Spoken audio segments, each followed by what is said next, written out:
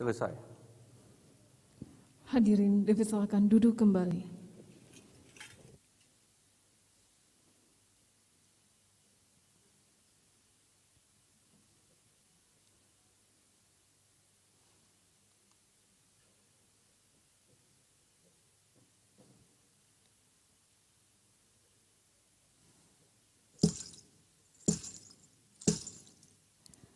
Assalamualaikum warahmatullahi wabarakatuh. Acara sidang terbuka senap dalam rangka pengukuhan Profesor Dr. Faisal SEMSI MA, Profesor pada Fakultas Ekonomi dan Bisnis, Profesor Dr. Rusli Yusuf MPD, Profesor pada Fakultas Keguruan dan Ilmu Pendidikan, dan Profesor Dr. Insinyur Hammam Riza MSc, Profesor pada Fakultas Teknik, dimulai. Ketua Senat Universitas Siah Kuala membuka sidang terbuka Senat.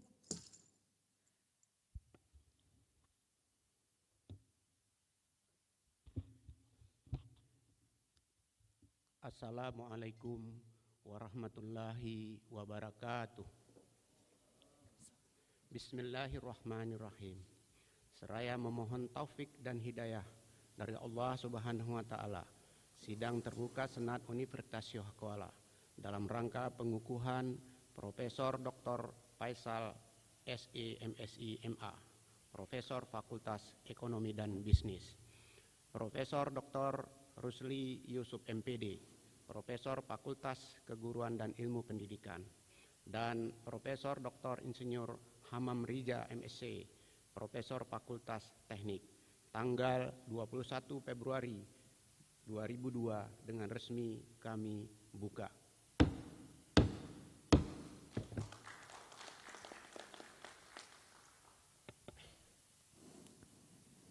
Pembacaan ayat suci Al-Quranul Karim oleh Saudara Zamaksari SHI.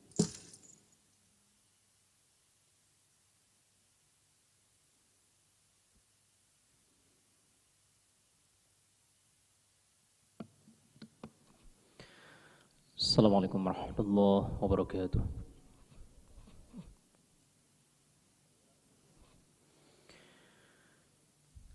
أعوذ بالله من الشيطان الرجيم.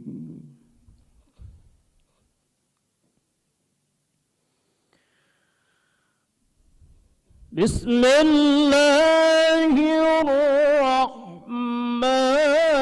الرحيم.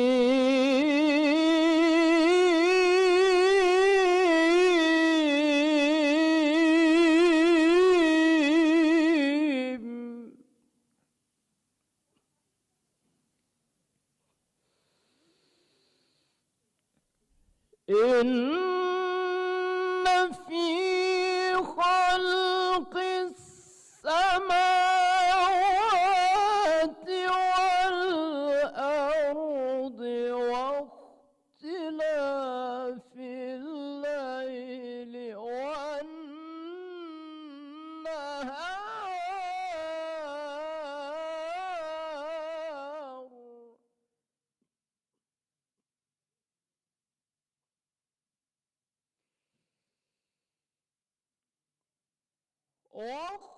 واختلاف الليل والنهار لآيات لأولي الألباب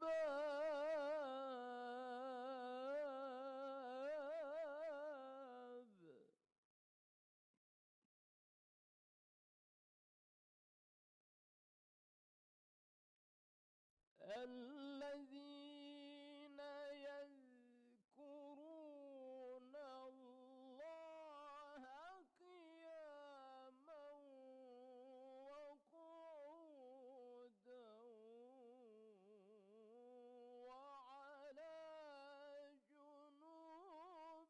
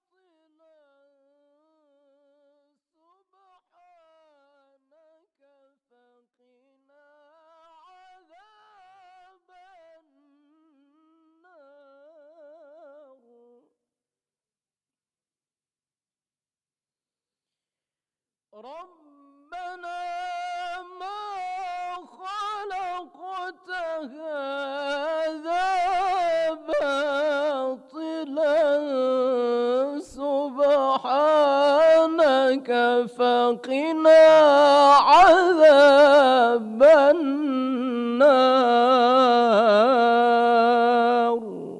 صدق الله العظيم.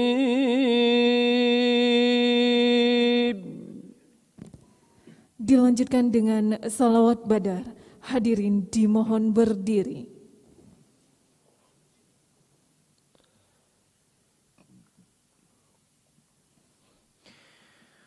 Salatullah salamullah ala taha rasulillah salatullah salamullah ala yasin habibillah salatullah salamullah ala taha rasulillah salatullah salamullah ala yasin.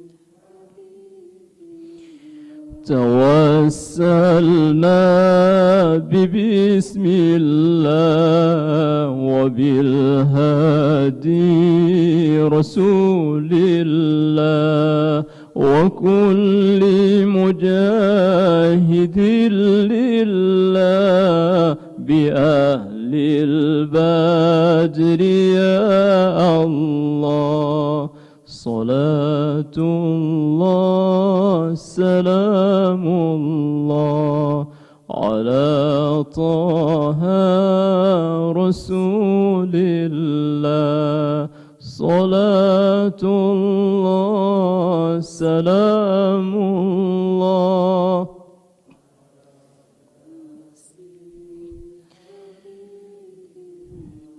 إلهي سلم الأمة من الآفات والنقمة إلهي سلم الأمة من الآفات والنقمة ومن هم ومن غمة بأهل البدر يا الله صلاة الله سلام الله على طه رسول الله صلاة الله سلام الله على ياسين حبيب الله. السلام عليكم ورحمة الله وبركاته. Lagu himne Universitas Siakola dengan lirik lagu digubah oleh Mukhtar Embut dan syair disusun oleh W.S. Rendra.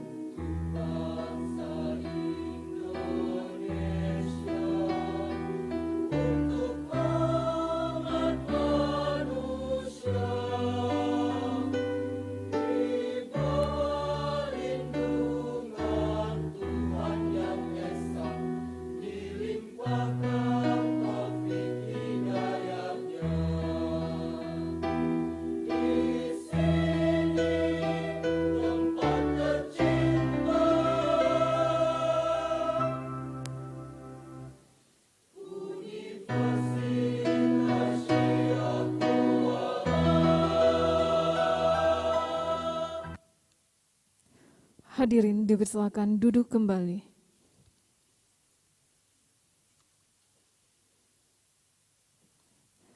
Dan untuk memberkati acara pengukuhan pada hari ini, marilah kita memanjatkan doa yang akan dipimpin oleh Saudara Zamaksari SHI.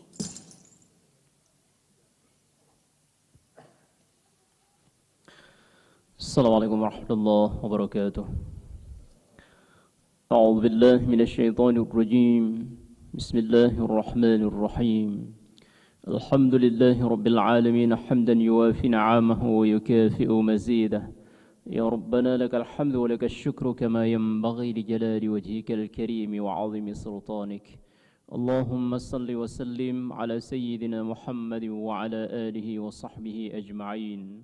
اللهم إنا نسألك رضاك والجنة ونعوذ بك من سخطك والنار.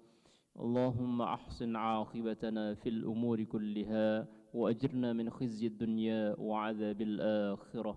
اللهم إنك عفو كريم حليم تحب العفو فاعف عنا وعن والدينا يا الله يا رب العالمين.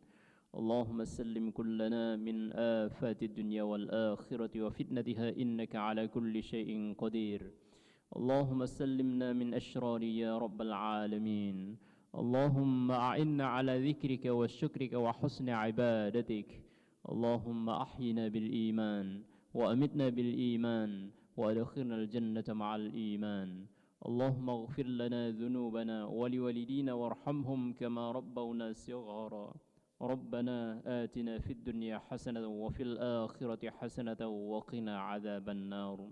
ربنا تقبل منا دعاءنا إنك أنت السميع العليم وتب علينا إنك أنت التواب الرحيم. وصلى الله وسلم على سيدنا محمد وعلى آله وصحبه وبارك وسلم. سبحان ربك رب العزة عما يصفون والسلام على المرسلين والحمد لله رب العالمين.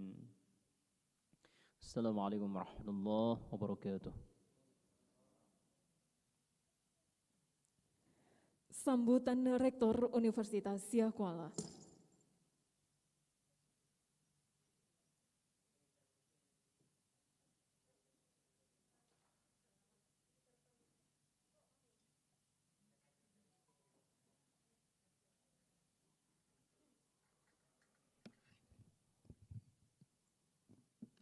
Mohon izin saya buka masker. Bismillah. Assalamualaikum warahmatullahi wabarakatuh. Selamat pagi, salam sejahtera bagi kita semua. Alhamdulillah, alhamdulillahirabbil alamin. Wassalatu wassalamu ala asyrofil anbiya'i wal mursalin wa ala washabihi ajmain. Amma ba'du.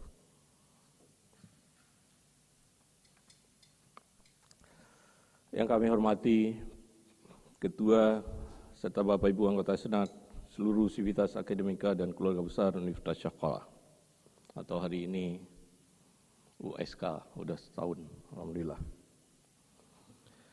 Dan yang kami muliakan serta kami banggakan, Profesor Dr. Faisal SE, MSI, ME, Profesor Dr. Rusli Yusuf, MPD, serta Profesor Dr. Insinyur Hamam Riza, MSc, yang insya Allah akan dikukuhkan pada hari ini sebagai profesor baru di Universitas Jantung Hati Rakyat Aceh.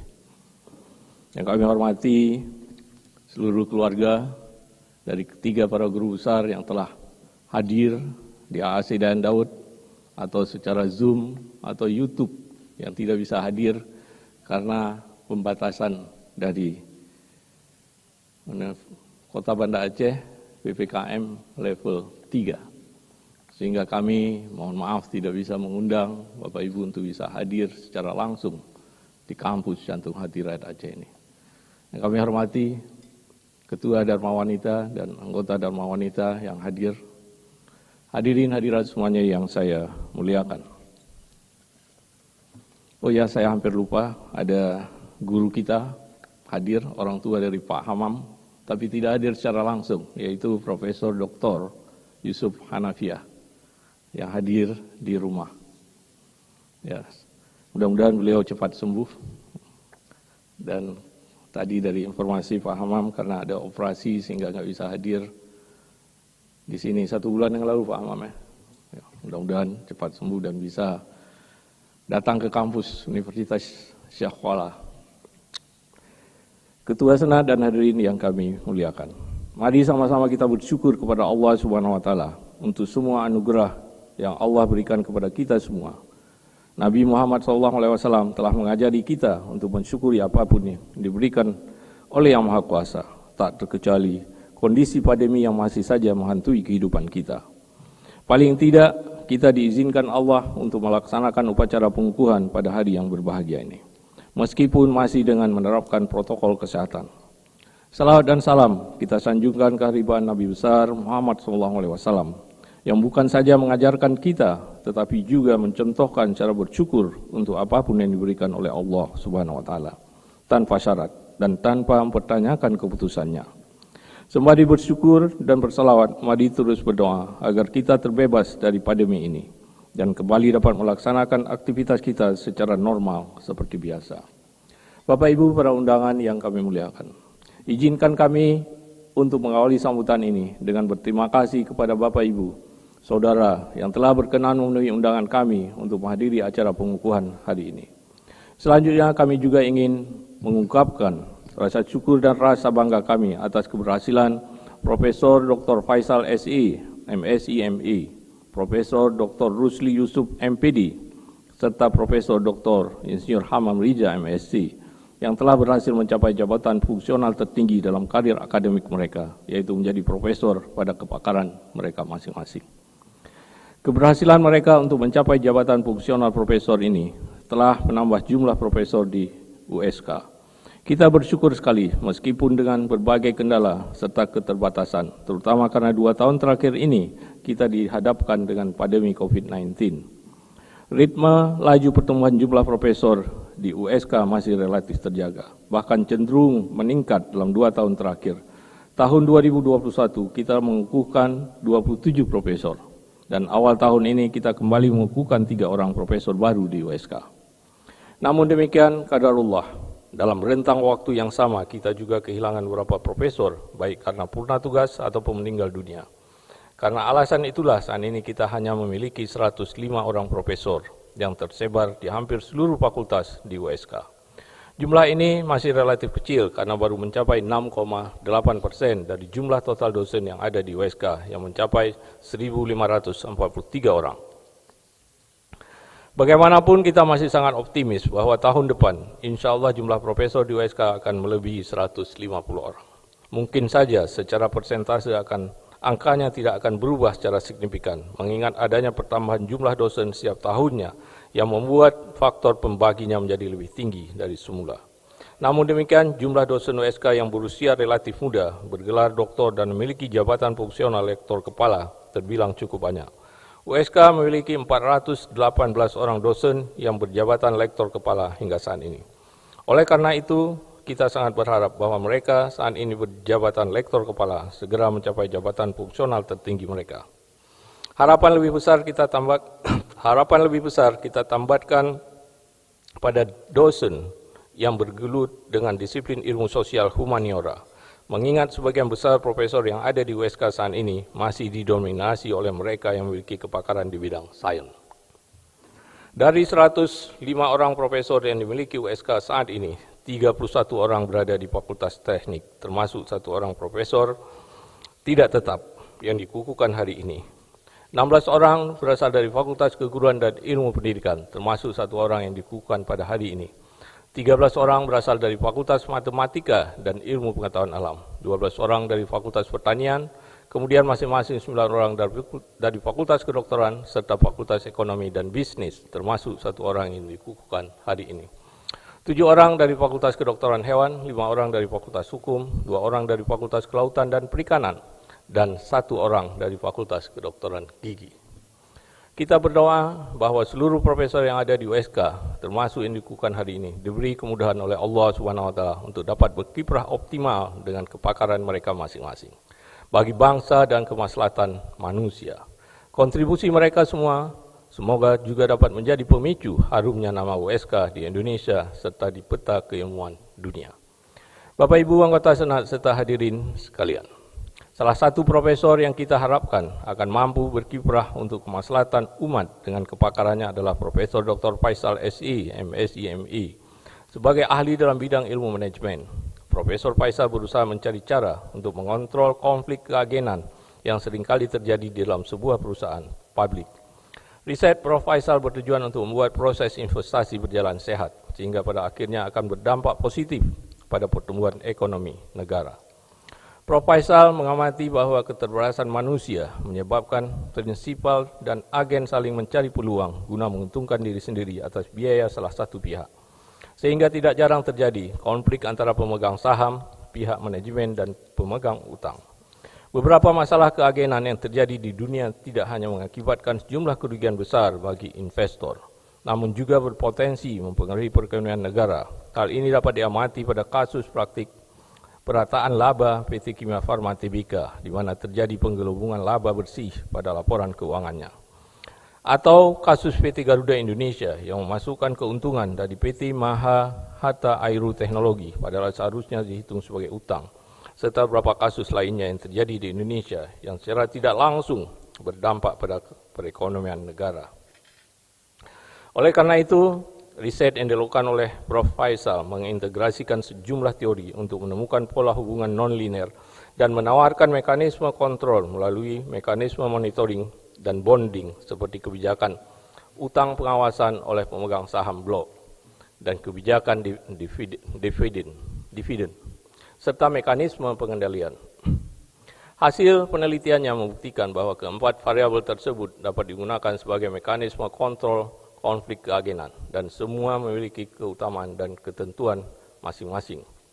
Kajian yang dilakukan Prof. Faisal sangat penting mengingat studi governance tentang konflik keagenan masih relatif sedikit dan belum menghasilkan kesimpulan yang benar-benar konkret. Di sisi lain, penelitian Prof. Faisal dapat memberikan rekomendasi kepada pemerintah untuk memikirkan pembagian tanggung jawab pengawasan dan untuk mencegah dan mengurangi konflik keagenan perusahaan publik di Indonesia.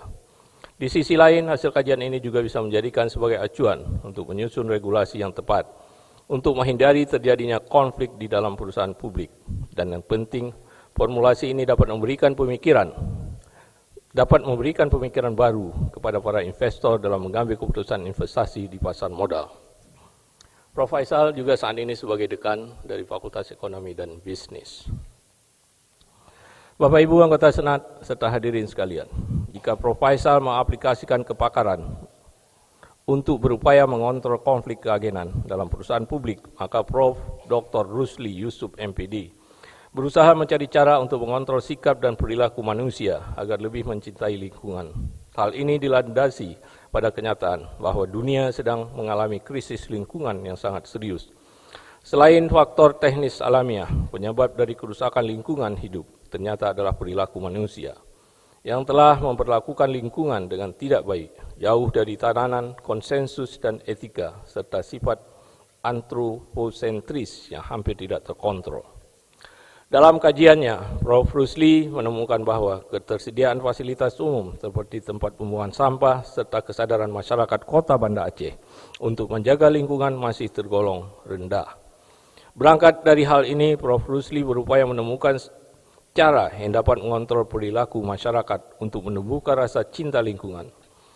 Prof. Rusli mengamati bahwa pendidikan telah terbukti menjadi alat yang fundamental yang dapat memberikan kontribusi dan perubahan perilaku warga. Dalam konteks ini, Prof. Rusli melihat bahwa perlu diterapkan pendidikan kewarganegaraan yang khusus untuk mengkaji isu lingkungan, yaitu pendidikan kewarganegaraan lingkungan. Menurutnya, pendidikan kewarganegaraan lingkungan dapat menjadi instrumen internalisasi untuk menumbuhkan serta meningkatkan kesadaran warga terhadap lingkungan. Pendidikan kewarganegaraan lingkungan berfokus pada pembentukan pengetahuan dan kognitif, pembentukan sikap atau afektif, serta perilaku individu atau psikomotorik. Di sisi lain, diperlukan perubahan yang mengarah kepada gerakan kolektif dalam membangun pemahaman yang lebih baik tentang lingkungan yang berkelanjutan. Hal ini menjadi penting, mengingat bahwa salah satu tantangan terbesar abad ini adalah isu lingkungan, yaitu perubahan iklim. Maka dari itu, sebagai instrumen internalisasi kesadaran lingkungan, pendidikan kewarganegaraan lingkungan sebaiknya harus ditanamkan kepada generasi muda sejak mereka duduk di bangku sekolah dasar. Lembaga pendidikan, baik formal maupun non-formal, harus mengadopsi pendidikan kewarganegaraan lingkungan dalam pendidikan sehari-hari mereka. Penelitian yang dilakukan oleh Prof. Rusli sangat penting untuk dijadikan acuan bagi pemerintah dalam membangun sebuah sistem pendidikan yang bukan hanya berfokus pada pemahaman keilmuan, tapi juga dalam bentuk sikap dan perilaku, terutama yang terhubung dengan isu lingkungan. Pak Rusli, kemarin saya ke radar. Samping radar ada tempat pembuangan sampah. Saya nggak tahu Bapak ke sana atau tidak. Bapak bisa lihat sampah itu tidak berserakan di tempat sampah, tapi sampah itu berserakan di jalan menuju tempat pembuangan sampah. Pak Abu sudah angguk-angguk karena sangat berbahaya, karena beliau sering goes. Bapak Ibu hadirin yang saya muliakan, sebelum kita memberikan pemahaman kepada mengedukasi anak-anak kita harus edukasi para pejabat kita, terutama ASN dan ini, sehingga lingkungan betul-betul dijaga oleh pemerintah, ASN, dan nanti anak-anak kita akan ikut untuk menjaga lingkungan. Pak Rusli, saya sangat bangga, beliau pernah menjadi hampir berapa tahun? Lebih dari 4 tahun ya, di WR3, dan sebenarnya 1 Maret besok akan pensiun kalau tidak turun profesor. Kita beri aplaus kepada. Sudah lebih 3 tahun beliau berusaha untuk dapat profesor, dan alhamdulillah yang ada WA ke saya, mudah-mudahan kata Pak Rusli bisa pengukuhan oleh Samsul Rijal. Di 1 minggu terakhir saya sebelum pensiun sebagai rektor, saya bisa mengukuhkan Pak Prof. Rusli dan juga Prof. Haman lebih dari 3 tahun juga untuk proses guru besar. Sudah bolak-balik berkali-kali. Dan alhamdulillah dengan peraturan yang baru bisa selesai. Bapak Ibu anggota Senat serta hadirin sekalian. Selain membangun kesadaran akan lingkungan, hal ini tidak kalah penting lainnya adalah membangun kesadaran akan teknologi. Mengingat teknologi berkembang sangat pesat dan memberi dampak yang besar di seluruh dunia. Pakar-pakar di bidang teknologi semakin dibutuhkan di zaman ini. Beruntungnya Universitas Syahkollah memiliki sejumlah pakar di bidang ini. Salah satu pakar di bidang teknologi informasi di Indonesia adalah Profesor Dr. Insinyur Hamam Riza Yusuf, MSc. Profesor Hamam merupakan pakar di bidang kecerdasan buatan. Beliau fokus melakukan kajian tentang penerapan kecerdasan artifisial di berbagai bidang sejak 3 dekade yang lalu. Prof. Hamam secara mendalam melakukan telaah terhadap program dan kegiatan kaji terhadap kecerdasan artifisial, baik yang telah dilaksanakan maupun yang sedang dan akan dilaksanakan. Hal ini penting sekali dalam rangka menyiapkan lompatan inovasi teknologi kecerdasan artifisial sebagai karya anak bangsa Indonesia menuju Indonesia Emas tahun 2045. Prof. Hamam merupakan perekayasa ahli utama pada organisasi riset, pengkajian, dan penerapan teknologi. Sekarang menjadi BRIN, yang dulunya BPPT. Beliau terakhir sebagai Kepala BPPT. Kontribusi, ya sebelum akhirnya BPPT dileburkan. Jadi orang akan ingat Prof. Hamam, siapa Kepala BPPT sebelum BPPT dileburkan. Jadi, yang mendirikan Prof. Habibie, ya. Jadi, yang mendirikan BPPT Prof. Dr. Insinyur B.J. Habibie, dan terakhir Prof. Hamam. Jadi Sulawesi Selatan dan Aceh. Di antaranya banyak para kepala BPPT. Kontribusi keilmuan dalam bidang kecerdasan artifisial di level nasional dan peran dalam membangun sistem inovasi riset nasional menjadi aspek penting bagi USK dalam mengangkat beliau menjadi profesor kehormatan pada Fakultas Teknik di bidang kecerdasan buatan atau profesor tidak tetap. Karena beliau tetap PNS di BRIN, tapi beliau profesor tidak tetap di Universitas Syahkollah. Dan beliau akan menjadi ujung tombak untuk artificial intelligence ya, bersama Prof. Taufik Abidin, dan alhamdulillah tahun yang lalu kita sudah ada S2 Data Science dan Artificial Intelligence yang kerjasama dengan beberapa universitas di Eropa. Kita harap Prof. Hamam akan menjadi ujung tombak. Mudah-mudahan S3 kita akan segera.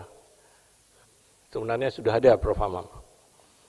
Ada S3 satu, sebenarnya PMDSU saya sebagai promotor. Tetapi kalau promotornya saya minta Prof. Taufik Abidin. Jadi nanti mohon Prof. Hamam untuk membantu, yaitu kami sedang melakukan penelitian interface antara human dan ruangan. Jadi begitu dibuka ruangan, nanti sebelum dibuka ruangan maksudnya, itu akan ada interface yang memberitahukan kepada para dokter, ruangan itu masih ada virus. Dan ini sedang dikembangkan, mudah-mudahan berhasil dalam 2 tahun ini. Jadi penelitiannya kami dapatkan dari penelitian yang didanai oleh LPDP, yaitu RISPRO. Jadi selama 3 tahun ke depan. Beberapa hasil kajian Prof. Hamam sudah diterapkan dengan memanfaatkan kecerdasan artifisial dalam pemrosesan bahasa alami atau natural language processing, dalam penerjemahan mesin atau machine translation, dalam pengenalan wicara atau speak recognition, dalam upaya reduksi risiko bencana, hingga inovasi teknologi kecerdasan artifisial untuk penanggulangan COVID-19 dan isu kesehatan secara keseluruhan. Prof. Hamam mengamati bahwa teknologi kecerdasan artifisial benar-benar terbukti dapat berperan signifikan dalam mengatasi berbagai persoalan di setiap aspek. Bagaimanapun untuk melakukan lompatan inovasi teknologi kecerdasan artifisial diperlukan penyiapan infrastruktur, peningkatan kompetensi sumber daya manusia, dan solusi kasus pemanfaatan.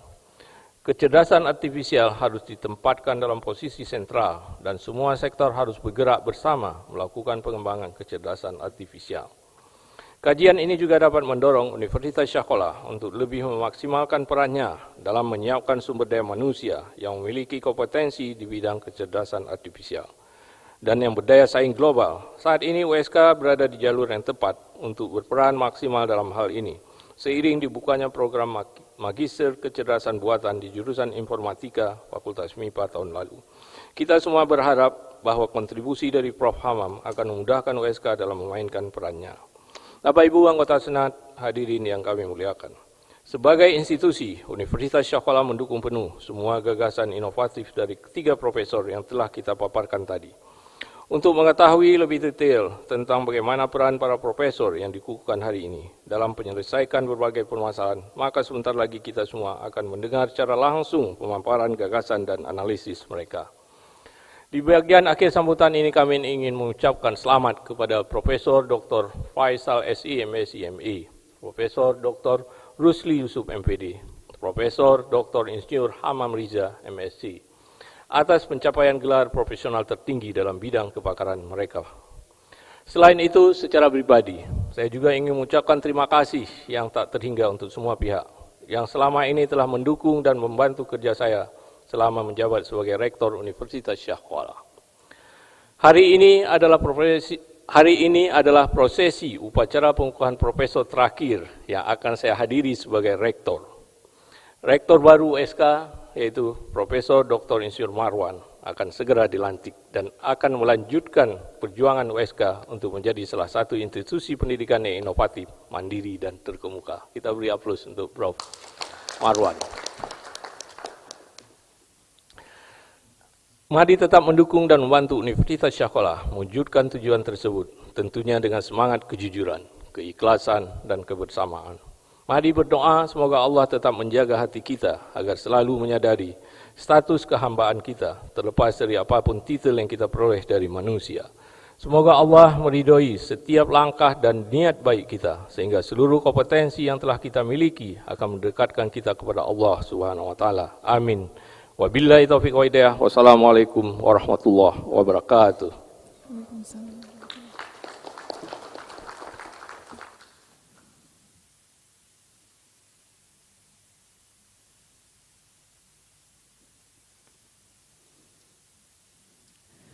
Pemutaran video profil dan orasi ilmiah oleh Profesor Dr. Faisal SE MSI MA, Profesor pada Fakultas Ekonomi dan Bisnis dengan judul Konflik Keagenan Perusahaan Publik di Indonesia, Bagaimanakah Mengontrolnya?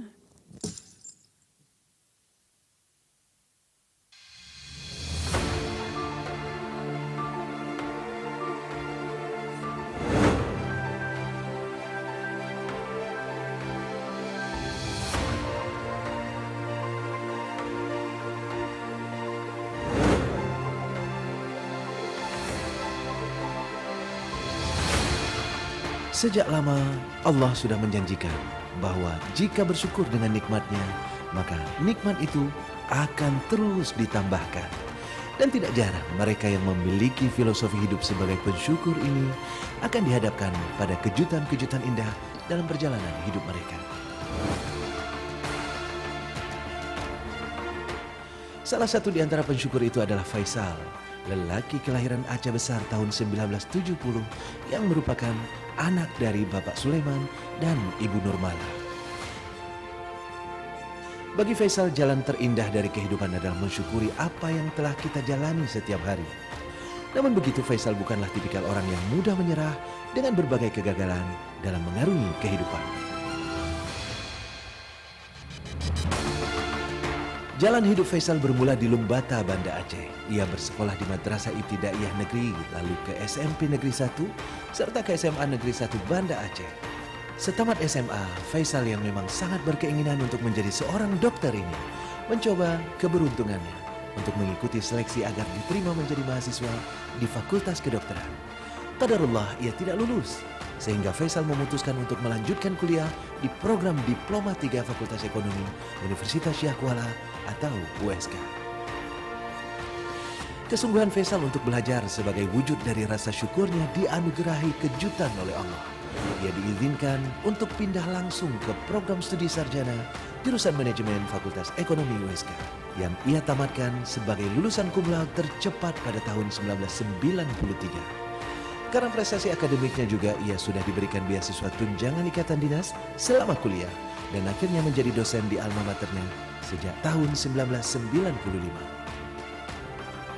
Tahun 1998 ia melanjutkan studinya ke program Pasca Sarjana Magister Sains Universitas Gadjah Mada, jurusan manajemen konsentrasi manajemen keuangan. Dan selanjutnya tahun 2001 ia berangkat ke Manila, Filipina untuk mengikuti program pendidikan selama 1 bulan di University of ASEAN and Pacific dan melanjutkan ke program Magister Public Policy Studies di Georgia State University Atlanta, USA.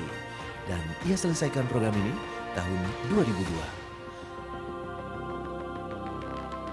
Setelah memperoleh gelar MA dari Amerika, Faisal kemudian berhasil meraih gelar doktor di bidang manajemen keuangan di Fakultas Ekonomika dan Bisnis Universitas Gadjah Mada pada tahun 2013.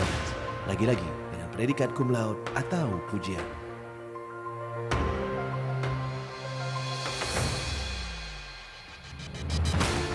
Semua pencapaian ini disyukuri oleh Faisal sebagai anugerah dari Yang Maha Kuasa. Dan kejutan-kejutan berikutnya masih datang saja. Tanggal 3 Mei 2021 misalnya, ia diangkat sebagai wakil dekan bidang akademik di Fakultas Ekonomi dan Bisnis USK. Hanya beberapa pekan kemudian, ia harus menjabat sebagai pelaksana tugas dekan di fakultas yang sama, seiring wafatnya almarhum Profesor Nasir Aziz yang menjabat dekan sesungguhnya. Dan akhir Juli 2021 ia dilantik secara resmi sebagai dekan di fakultasnya. Tentu saja kejutan lain bagi Faisal adalah disetujuinya usulan profesor hanya beberapa bulan berselang. Jauh sebelum itu Faisal juga diberi kejutan oleh Allah. Seorang istri bernama Khairani SPD, dan dari istri tercinta ini lahirlah 2 orang putri serta 2 orang putra yang bernama Raihan Farah Fania, Muhammad Farhan Anfasa, Afifah Anfasa Putri, serta Muhammad Haikal Anfasa. Meskipun semua kejutan itu terasa indah, namun Faisal sangat sadar bahwa semuanya adalah titipan. Bagi Faisal, hidup seperti roda yang terus berputar. Ada banyak kejadian yang kita akan hadapi di dalamnya. Kadang menyenangkan, tidak jarang juga membuat gundah gulana. Maka itu Faisal selalu bertekad melibatkan Allah dalam setiap detil kehidupannya. Karena hanya Allah yang Maha Kuasa yang akan menjamin kehidupan kita. Dan salah satu di antara jaminan Allah adalah bahwa hari ini Faisal merupakan profesor di Universitas Syah Kuala.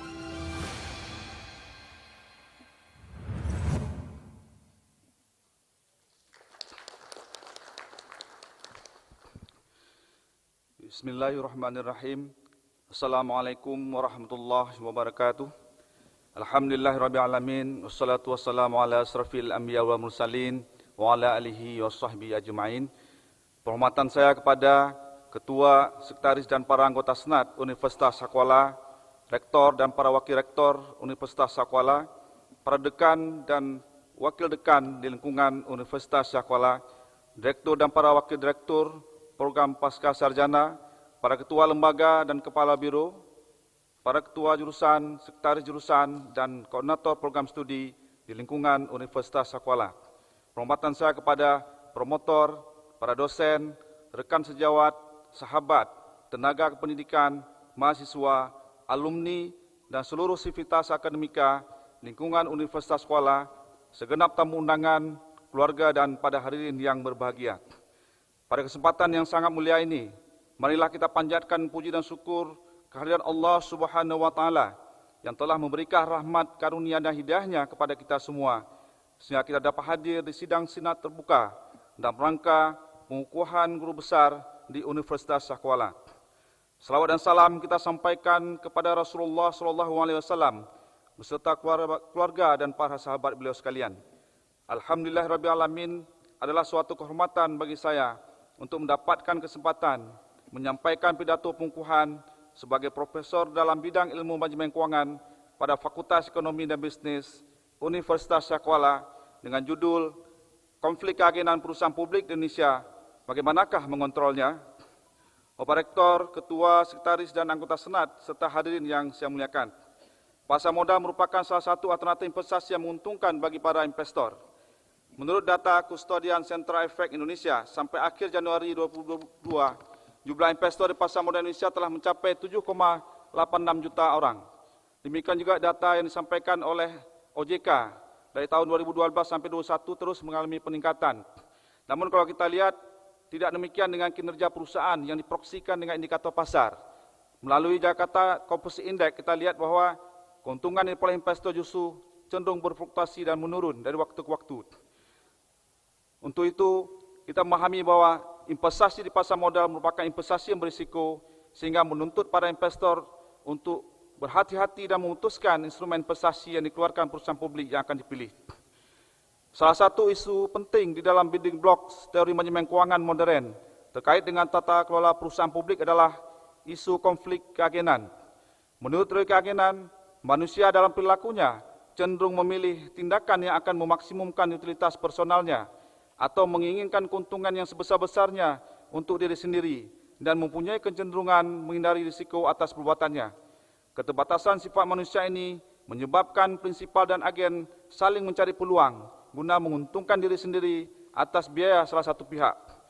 Persoalan keagenan tersebut berawal dari adanya pemisahan antara kepemilikan dan kontrol dalam koperasi perusahaan modern. Kemudian juga disebabkan oleh persoalan lain terkait dengan masalah moral hazard, asimetri informasi, dan earning retention agency konflik atau konflik aliran kas bebas, yang ini memperparah konflik yang terjadi dalam perusahaan. Bapak Ibu hadirin yang kami muliakan, konflik keagenan tersebut dapat berbeda dampaknya terhadap kinerja perusahaan antar satu negara, antar satu struktur ekonomi, antar satu sistem hukum, atau antar satu mekanisme governance dengan mekanisme governance yang lainnya.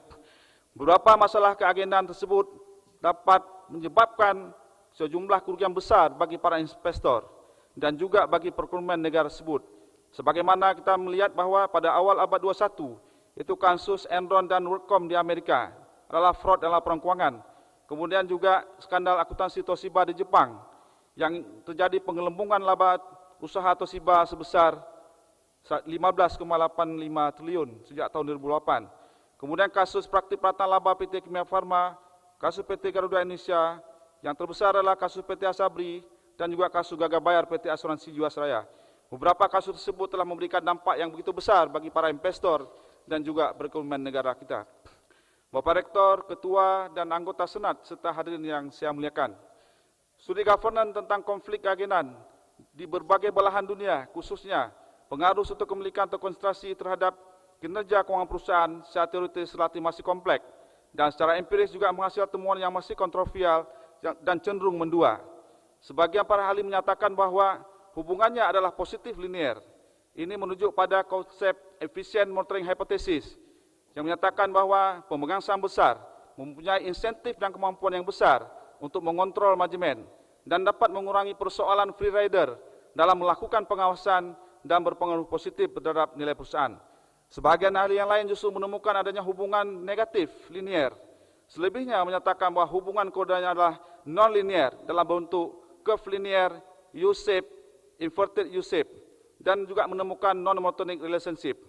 Hasil-hasil riset yang ditemukan di Indonesia juga bervariasi. Sebagian menemukan efek yang positif dan sebagian lain justru menemukan efek yang negatif. Bapak Rektor, Ketua, Sekretaris dan anggota Senat serta hadirin yang saya muliakan. Bukti empiris di atas menunjukkan adanya ketidakkonsistenan perilaku pemegang saham besar dalam perusahaan. Menunjuk pada konsep expropriation hypothesis, konsentrasi kepemilikan pemegang besar juga bisa menimbulkan persoalan keagenan tipe 2, yaitu konflik keagenan antara pemegang saham mayoritas dan minoritas. Adanya kepemilikan yang terkonsentrasi memungkinkan pemegang saham besar melakukan tindakan ekspropriasi terhadap pemegang saham minoritas. Pemegang saham besar ini memiliki kesempatan untuk mengarahkan dan mendorong perusahaan untuk berperilaku dan bertindak menurut kepentingan dan keinginan mereka dan menggunakan power mereka untuk memaksimalkan manfaat atau private benefit bagi mereka sendiri atas tanggungan pemegang saham minoritas. Hasil riset empiris menunjukkan bahwa efisien monitoring hypothesis dan expropriation hypothesis bukanlah dua gejala yang terpisah, namun dapat terjadi secara bersamaan. Efek efisien monitoring hypothesis akan terjadi pada tingkat konsentrasi kepemilikan tertentu, kemudian akan hilang dan memunculkan efek expropriation hypothesis ketika kepemilikan terkonsentrasi tersebut semakin besar. Gejala inilah yang oleh para ahli disebut sebagai hubungan non-monotonik dalam relasi hubungan kedua tersebut dalam konteks studi governance. Bapak Rektor, Ketua, Sekretaris dan anggota Senat serta hadirin yang saya muliakan. Beragamnya pendapat para ahli dan terbatasnya riset tentang governance dan topik suatu kepemilikan dan nilai perusahaan Indonesia akan membuat investor di Indonesia tidak memiliki acuan dan referensi yang memadai dalam memutuskan kebijakan investasi. Literatur empiris yang selama ini berkembang adalah struktur kepemilikan terkonsentrasi memiliki hubungan linear dengan nilai perusahaan. Jika konsep ini terus dipegang, maka investor diperkirakan akan mengalami kerugian dalam akibat dari efek non-linear dari semakin meningkatnya kepemilikan pada investor yang bermuara pada turunnya harga saham. Untuk mengetahui bagaimana cara mengontrol konflik tersebut, maka riset ini mencoba mengintegrasikan teori keagenan tipe 2, teori aliran kas rent extraction hypothesis, teori partial benefits of corporate control, dan resource-based theory guna menemukan bagaimana hubungan non-linear tersebut dan menawarkan mekanisme kontrol melalui mekanisme monitoring dan bonding, yaitu kebijakan hutang, pengawasan oleh pemegang saham blok, kebijakan dividen, serta mekanisme pengendalian melalui pengujian sensitivitas tipe kepemilikan terkonsentrasi, yaitu asing versus domestic, market investor versus inside investor atau stable investor. Dan model tersebut ditunjukkan pada gambar 2 di dalam slide yang ditunjukkan. Bapak Rektor, Ketua, Sekretaris dan anggota Senat serta hadirin yang saya muliakan. Untuk menguji efek non-linear tersebut, maka dalam penelitian ini kita menggunakan model regresi piecewise dengan menggunakan sampel sebanyak 500 perusahaan tahun yang terdaftar di Bursa Efek Indonesia sejak tahun 2029 sampai tahun 2018. Ini adalah penelitian kedua yang penulis lakukan. Sebelumnya juga peneliti melakukan penelitian yang sama pada tahun 2000 sampai tahun 2010 dan merubah indikator kinerja, tidak hanya menggunakan indikator pasar tapi juga pada penelitian ini menggunakan 6 indikator akuntansi. Nah, hasil penelitian yang penulis lakukan, yang pertama seperti ditunjukkan pada tabel 1 model 5, itu menunjukkan bahwa terdapat hubungan non-monotonik, konsentrasi kepemilikan terhadap nilai perusahaan. Kita lihat bahwa pada kepemilikan di bawah 70%, pemegang saham mayoritas melakukan efisien monitoring hypothesis yang berdampak positif terhadap nilai perusahaan. Pada saat batasan kepemilikan di atas 70%, mereka justru melakukan tindakan ekspropriasi yang ini justru berdampak negatif terhadap nilai perusahaan. Dengan menggunakan 6 indikator akuntansi yang lain, kita juga melihat bahwa operating return on asset juga menunjukkan hasil yang konsisten dengan pengujian yang pertama. Bapak Ibu hadirin dan hadirat yang kami muliakan. Selanjutnya untuk menguji mekanisme kontrol konflik, kita menggunakan model regresi moderasi. Yang pertama, hasilnya menunjukkan bahwa kebijakan hutang berpengaruh positif terhadap nilai perusahaan. Hal ini sesuai dengan market monitoring dan bonding package teori yang menyatakan bahwa kebijakan hutang dapat digunakan sebagai mekanisme kontrol konflik agenan. Penggunaan hutang atau pembiayaan pada batas tertentu dalam struktur modal perusahaan dapat mengurangi free cash flow agensi konflik dan menunjukkan kepada pemegang saham mayoritas bahwa mereka tidak menggunakan free cash flow untuk kepentingan mereka sendiri, tetapi membayar pokok hutang dan biaya hutang. Hutang juga dapat menggeser pengawasan terhadap manajemen dari pemegang saham kepada kreditur. Penggunaan hutang juga akan mendorong perusahaan untuk mengurangi pengeluaran kas yang tidak perlu sehingga meningkatkan efisiensi perusahaan. Hutang juga menghasilkan pemantauan eksternal dan konsekuensinya pemegang saham besar harus menunjukkan kinerja yang baik yang dikenal dengan hipotesis kontrol. Bapak Rektor, Ketua, Sekretaris dan anggota Senat serta hadirin yang saya muliakan. Hasil pengujian mekanisme kontrol kepemilikan pemegang saham blok yang diukur dengan proporsi kepemilikan lebih dari 5% di luar kepemilikan terbesar pertama menunjukkan bahwa koalisi pemegang saham blok di Indonesia konsisten dengan teori partial benefit of corporate control, bahwa kehadiran mereka dapat menciptakan ruang tersendiri dalam melakukan monitoring terhadap perusahaan. Dan monitoring ini efektif karena tidak terjadi gangguan dalam koalisi tersebut sehingga mereka berperan dalam melindungi pemegang saham minoritas dari pengambilan yang dilakukan oleh pemegang saham besar. Selanjutnya, hasil pengujian dengan menggunakan kebijakan dividen juga menemukan hasil yang konsisten, yaitu pembayaran dividen akan menurunkan free cash flow yang dikendalikan oleh pemegang saham mayoritas melalui manajer perusahaan dan menunjukkan kepada publik bahwa pemegang saham mayoritas tidak ingin menggunakan free cash flow untuk kepentingan mereka sendiri. Namun demikian, free cash flow ini akan dibagikan kepada semua pemegang saham dengan proporsi yang sama. Kenaikan rasio pembayaran dividen juga menunjukkan bahwa mereka tidak melakukan rent extraction terhadap pemegang saham minoritas. Pembayaran dividen yang lebih tinggi juga akan mengurangi biaya agensi dengan mendorong manajemen untuk mencari sumber dana eksternal yang ini akan menghasilkan kontrol yang lebih ketat oleh pasar kepada perusahaan. Bapak Rektor, Ketua, Sekretaris dan anggota Senat serta hadirin yang saya muliakan. Selanjutnya, pengaruh konsentrasi kepemilikan pemegang saham terbesar juga sensitif terhadap tipe kepemilikan asing. Yang dimaksud asing di sini adalah tipe institusi asing yang berasal dari negara-negara yang memiliki good corporate governance yang baik. Dan hasilnya menunjukkan bahwa kepemilikan multinasional asing besar dengan pengalaman tata kelola perusahaan yang baik dari negara asalnya akan berpengaruh besar bagi manajemen dan praktik tata kelola perusahaan dari cabang di mana mereka menempatkan dananya.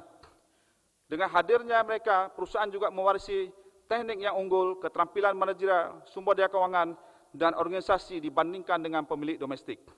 Bapak Rektor, Ketua, Sekretaris dan anggota Senat serta hadirin yang saya muliakan. Selanjutnya, pengaruh kepemilikan terkonsentrasi pemegang saham besar juga sensitif terhadap tipe kepemilikan investor pasar. Investor pasar yang dimaksud di sini adalah pemegang saham asing persorangan, dana pensiun, investment trust, mutual fund, sementara perusahaan industri akan dimasukkan sebagai market investor jika mereka tidak memiliki hubungan istimewa dengan perusahaan. Ada dua faktor yang menyebabkan mengapa kehadiran investor pasar sangat sensitif terhadap nilai perusahaan. Yang pertama, market investor tidak ragu-ragu untuk menjual kepemilikan saham mereka ketika mereka tidak puas dengan kinerja perusahaan. Hal ini merupakan kekuatan pendisiplinan yang sangat kuat karena penjualan saham dalam jumlah besar akan menyebabkan turunnya harga saham dan akan meningkatkan biaya ekuitas. Kedua, market investor juga akan menanggung risiko ketika terjadi tunneling atau managerial entrustment yang akan meningkatkan biaya ekuitas perusahaan. Kekuatan pendisiplinan ini akan membuat manajer perusahaan mengambil strategi yang sesuai dengan investasi market investor, yaitu meraih return yang optimal. Aspek lainnya yang menarik dari temuan riset ini adalah tentang konsistensi pengaruh variable control, yang mereka keduanya berpengaruh positif dan signifikan baik dengan model regresi Piswas maupun dengan model regresi moderasi.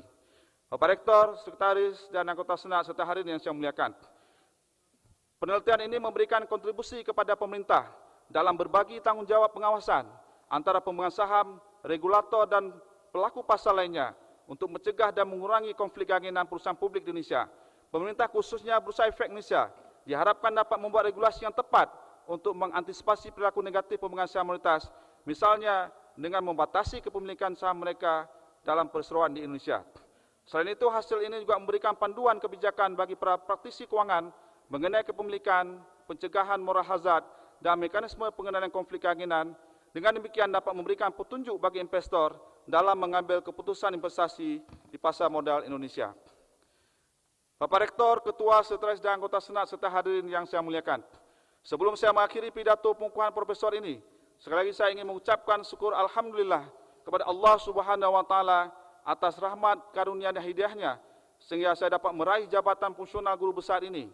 Selanjutnya pada kesempatan ini pula, perkenankan saya mengucapkan terima kasih yang sebesar-besarnya dan penghargaan yang setinggi-tingginya kepada pihak-pihak yang telah berkontribusi dalam pencapaian ini. Yang pertama, Menteri Pendidikan Kebudayaan, Riset dan Teknologi, Bapak Nadiem Anwar Makarim, yang telah memberikan kepercayaan kepada saya untuk memangku jabatan fungsional profesor dalam bidang manajemen keuangan. Kemudian Bapak Rektor Universitas Sekolah, Prof. Dr. Insinyur Samsul Rizal, M.Eng. IPU ASEAN Eng, beserta para Wakil Rektor yang telah memberikan kesempatan, kepercayaan dan memfasilitasi pengusulan jabatan fungsional Profesor saya. Kemudian Ketua Senat, Prof. Dr. Insinyur Abu Bakar MS dan Sekretaris Senat, Prof. Dr. Marwan SSI MSI, serta Ketua dan para anggota Komisi Guru Besar Senat Universitas Sekolah yang telah bersidang dalam mempertimbangkan kelayakan usulan jabatan fungsional guru besar saya di tingkat universitas dari tahap penyampaian visi dan misi, pemberian rekomendasi, sampai dengan pengukuhan pada hari ini. Selanjutnya Ketua PPAK, Prof. Dr. Mustanir MSJ, beserta anggota tim PPAK, baik di tingkat fakultas maupun universitas, yang telah mengevaluasi dengan cermat berkas usulan jabatan fungsional profesor saya. Selanjutnya, Ketua Lembaga Penelitian dan Pengabdian kepada Masyarakat Universitas Sekolah, Prof. Dr. Taufik Fuadi Abidin, SSI MTech, yang telah mendukung untuk terlaksananya penelitian demi tercapainya gelar guru besar ini. Dekan Fakultas Ekonomi USK sebelumnya, Prof. Dr. Zulkifli Hussein MSA MSc, Prof. Dr. Khairul Ihsan, almarhum Dr. Iskandar Daud, Prof. Dr. Syed Muhammad, Prof. Dr. Raja Masbar, Dr. Mijata Brani, dan almarhum Prof. Dr. Nasir MBA. Terima kasih atas bimbingan, dukungan dan bantuannya sejak saya masih di jenjang perkuliahan hingga selama menjadi staf pengajar. Selanjutnya juga kepada para wakil dekan, kepala tata usaha beserta staf, terima kasih telah membantu kelancaran proses pengusulan dokumen untuk kenaikan jabatan guru besar saya. Khusus untuk almarhum Prof. Dr. Nasir MBA, kita berdoa semoga Allah Subhanahu wa Ta'ala menerima seluruh amal beliau, mengampuni dosa-dosa beliau, dan melampangkan kubur beliau. Amin. Apresiasi yang tinggi juga saya sampaikan kepada guru-guru saya pada masa di MIN Banda Aceh, SMP Negeri 1 Banda Aceh, dan SMA Negeri 1 Banda Aceh yang telah mengawali dalam pemberian dasar-dasar ilmu pengetahuan kepada saya.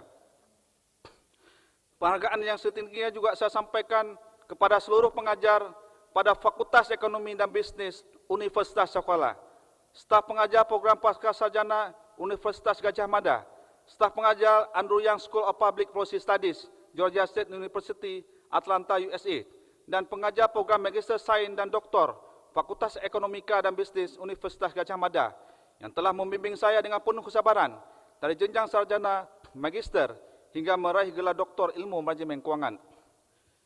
Kepada Prof. Dr. Eduardus Nandelilin MBA, Prof. Dr. Mamdu M. Hanafi MBA, dan Dr. Suat Usnan MBA, tim promotor saya, terima kasih yang tulus atas semua ilmu, arahan dan bimbingannya yang penuh kesabaran sehingga saya dapat menyelesaikan pendidikan doktor saya pada program Magister Sains dan Doktor Fakultas Ekonomika dan Bisnis Universitas Gajah Mada. Terima kasih dan penghargaan yang sama saya sampaikan kepada Prof. Dr. Jiganto Hartono MBA, pembimbing tesis, Prof. Dr. Sally Wallace, supervisor tesis, almarhum Dr. Andus M. Yakub Abdi MM, pembimbing skripsi, yang dengan tulus menyediakan waktu untuk berdiskusi dan memberi arahan serta membagi pengetahuan yang sangat bermanfaat dalam perolehan penyelesaian pendidikan master saya di program Pasca Sarjana Universitas Gajah Mada dan Georgia State University Atlanta, serta penyelesaian pendidikan saya, sarjana saya di Fakultas Ekonomi dan Bisnis Universitas Sekolah. Terima kasih yang tulus juga saya sampaikan kepada guru-guru saya, Prof. Dr. Marwan Asri, Prof. Enun Naim MBA, Pak Dr. BM Purwanto, Pak Dr. Tehani Handoko, Prof. Dr. Iskundro, Prof. Dr. Bambang Rianto LSM, dan para guru besar lainnya di program Doktor Fakultas Ekonomika dan Bisnis Universitas Gadjah Mada. Terima kasih untuk seluruh ilmu, bimbingan dan dorongan untuk terus meneliti. Selanjutnya kepada rekan sejawat dalam bidang ilmu manajemen keuangan, Prof. Dr. Said Musnadi, Prof. Muhammad Sabri Abdul Majid, Dr. Asakir, Dr. Juanda, Bu Saripah Rahmawati, Pak Fatur Rahman, dan Bu Zaida Rizki. Terima kasih yang tulus atas sharing pengetahuan, bantuan kerjasama dan kebersamaannya selama ini. Kepada Ketua Sekretaris, Ketua Komisi dan anggota Senat Fakultas, para guru besar, seluruh rekan-rekan staf pengajar, dan tendik Fakultas Ekonomi dan Bisnis Universitas Kuala, terima kasih atas kerjasama dan dukungannya. Terima kasih tering doa dan rasa cinta yang amat mendalam saya haturkan kepada Ibunda Nurmala dan ayahanda tercinta, almarhum Tengku Sulaiman, dua orang tua yang luar biasa yang membesarkan, mendidik, dan mendoakan putra-putrinya dengan penuh kasih sayang, kerja keras, tawakal, dan ikhtiar tiada batas di tengah tantangan hidup yang tidak mudah.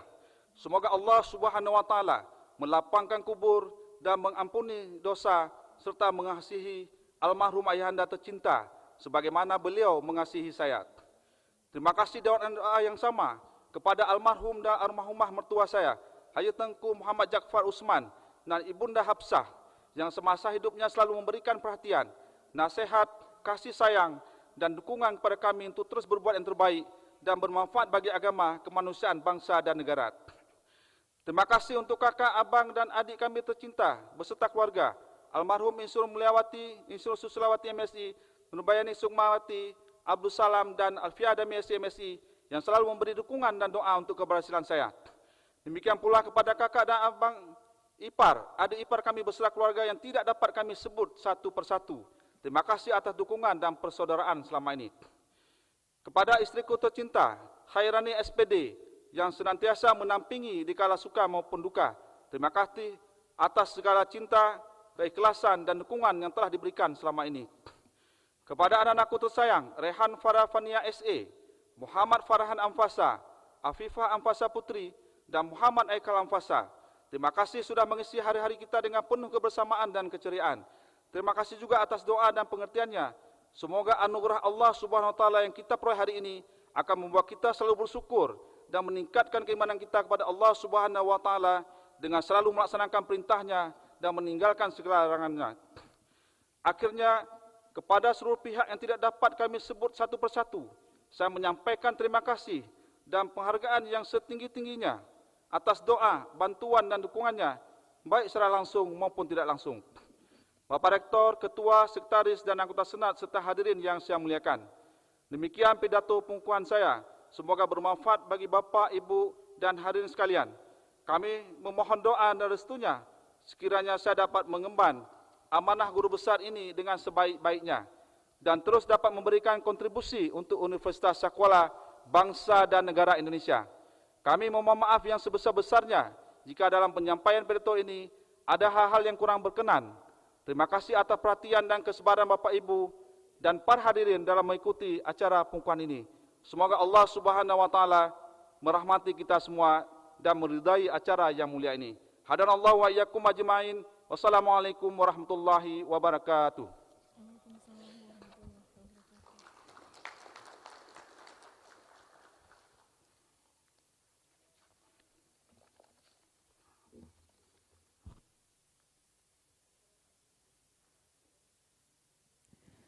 Dilanjutkan pemutaran video profil dan orasi ilmiah oleh Profesor Dr. Rusli Yusuf MPD, Profesor pada Fakultas Keguruan dan Ilmu Pendidikan dengan judul Pendidikan Kewarganegaraan Lingkungan sebagai Instrumen Internalisasi Kesadaran Lingkungan Warga Negara.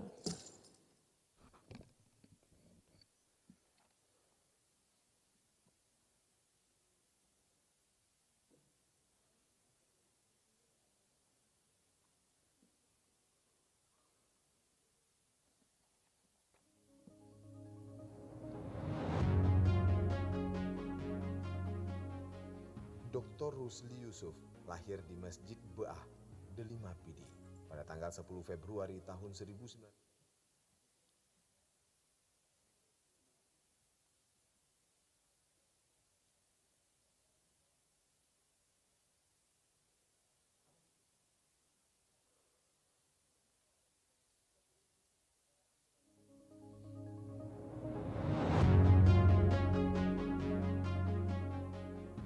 Dr. Rusli Yusuf lahir di Masjid Beah, Delima Pidi pada tanggal 10 Februari tahun 1957 dan merupakan anak kedua dari 6 bersaudara. Ayahanda Dr. Rusli Yusuf bernama Haji Teku Muhammad Yusuf bin Teku Ibrahim Haji Elen bin Taraputih dan ibundanya bernama Hajjah Cutmaneh binti Teku Nanggro.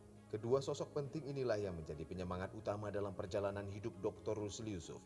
Begitu pula dengan para saudara, keluarga besar, dan kerabat Dr. Rusli Yusuf yang senantiasa memberikan dukungan mulai dari kehidupan masa kecilnya hingga saat ini. Perjalanan Dr. Rusli Yusuf dalam menuntut ilmu tidaklah selalu mulus. Akses sarana pendidikan pada masa kecil Dr. Rusli Yusuf belumlah merata, sehingga untuk mendapatkan akses pendidikan formal, Dr. Rusli Yusuf harus menempuh jarak sekitar 2 km berjalan kaki dari tempat tinggalnya.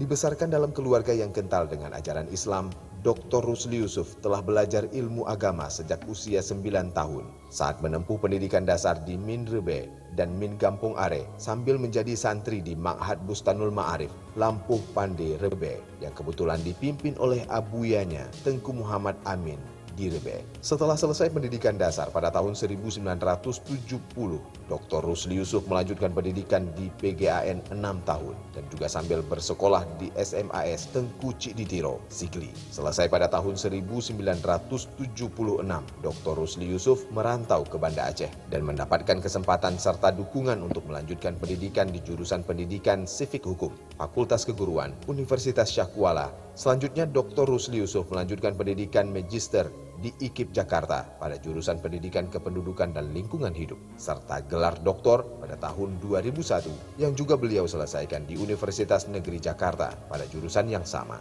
Selain itu, Dr. Rusli Yusuf juga menempuh pendidikan khusus selama 9 bulan di Lembaga Ketahanan Nasional Jakarta pada tahun 2014. Pada tahun 1985, Dr. Rusli Yusuf diangkat menjadi pegawai negeri sipil dan mulai pengabdiannya sebagai dosen pada Fakultas Keguruan Universitas Syah Kuala, Banda Aceh. Riwayat pekerjaan dan jabatan yang pernah diemban Dr. Rusli Yusuf baik di lingkungan Universitas Syah Kuala maupun di luar Universitas Syah Kuala yaitu Sekretaris Jurusan Pendidikan Ilmu Pengetahuan Sosial dan Ketua Program Studi PPKN pada Fakultas Keguruan dan Ilmu Pendidikan pada tahun 1992 sampai dengan tahun 1996. Ketua Bidang Monitoring dan Evaluasi pada Badan Pelaksana KKN Universitas Syah Kuala pada tahun 1992 sampai pada tahun 1996. Staf Ahli BRR Bidang Riset Sosial Provinsi Aceh tahun 2005 hingga tahun 2006, Staf Ahli Gubernur Aceh tahun 2005 hingga tahun 2006, Kepala UPBJJ UT Banda Aceh tahun 2006 hingga tahun 2008, Wakil Rektor 3 Bidang Kemahasiswaan Universitas Syah Kuala selama 2 periode, mulai tahun 2007 hingga tahun 2014, Ketua Bidang Litbang Majelis Pendidikan Aceh periode 2019-2024. Adapun riwayat pengalaman organisasi Dr. Rusli Yusuf yaitu pengurus Ikatan Cendekiawan Muslim Indonesia Provinsi Aceh sejak tahun 2008 hingga saat ini. Pengurus Ikatan Sarjana Pendidikan Indonesia Provinsi Aceh sejak tahun 2008 hingga saat ini. Ketua Asosiasi Pendidikan Pancasila dan Kewarganegaraan Indonesia Provinsi Aceh tahun 2014 hingga saat ini, dan Wakil Ketua Ikatan Alumni Lemhanas Republik Indonesia Wilayah Provinsi Aceh tahun 2017 hingga saat ini. Dr. Rusli Yusuf aktif dalam melakukan penelitian ilmiah secara mandiri dan kelembagaan yang didanai oleh Dikti Kemendikbud, Universitas Syah Kuala, dan lembaga-lembaga pemerintahan lainnya.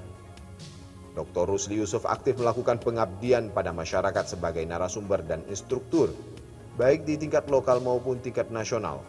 Dr. Rusli Yusuf telah menulis beberapa buku yang diterbitkan oleh berbagai penerbit dan juga berbagai karya ilmiah yang dimuat pada prosiding dan jurnal, baik di jurnal nasional dan jurnal internasional bereputasi.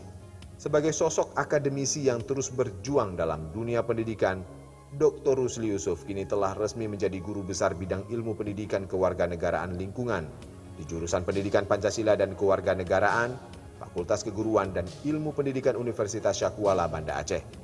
Berdasarkan SK yang ditandatangani oleh Menteri Pendidikan, Kebudayaan, Riset dan Teknologi Republik Indonesia, terhitung tanggal 1 Februari tahun 2022, yang dikukuhkan oleh Ketua Senat Universitas Syahkuala Banda Aceh pada tanggal 21 Februari tahun 2022.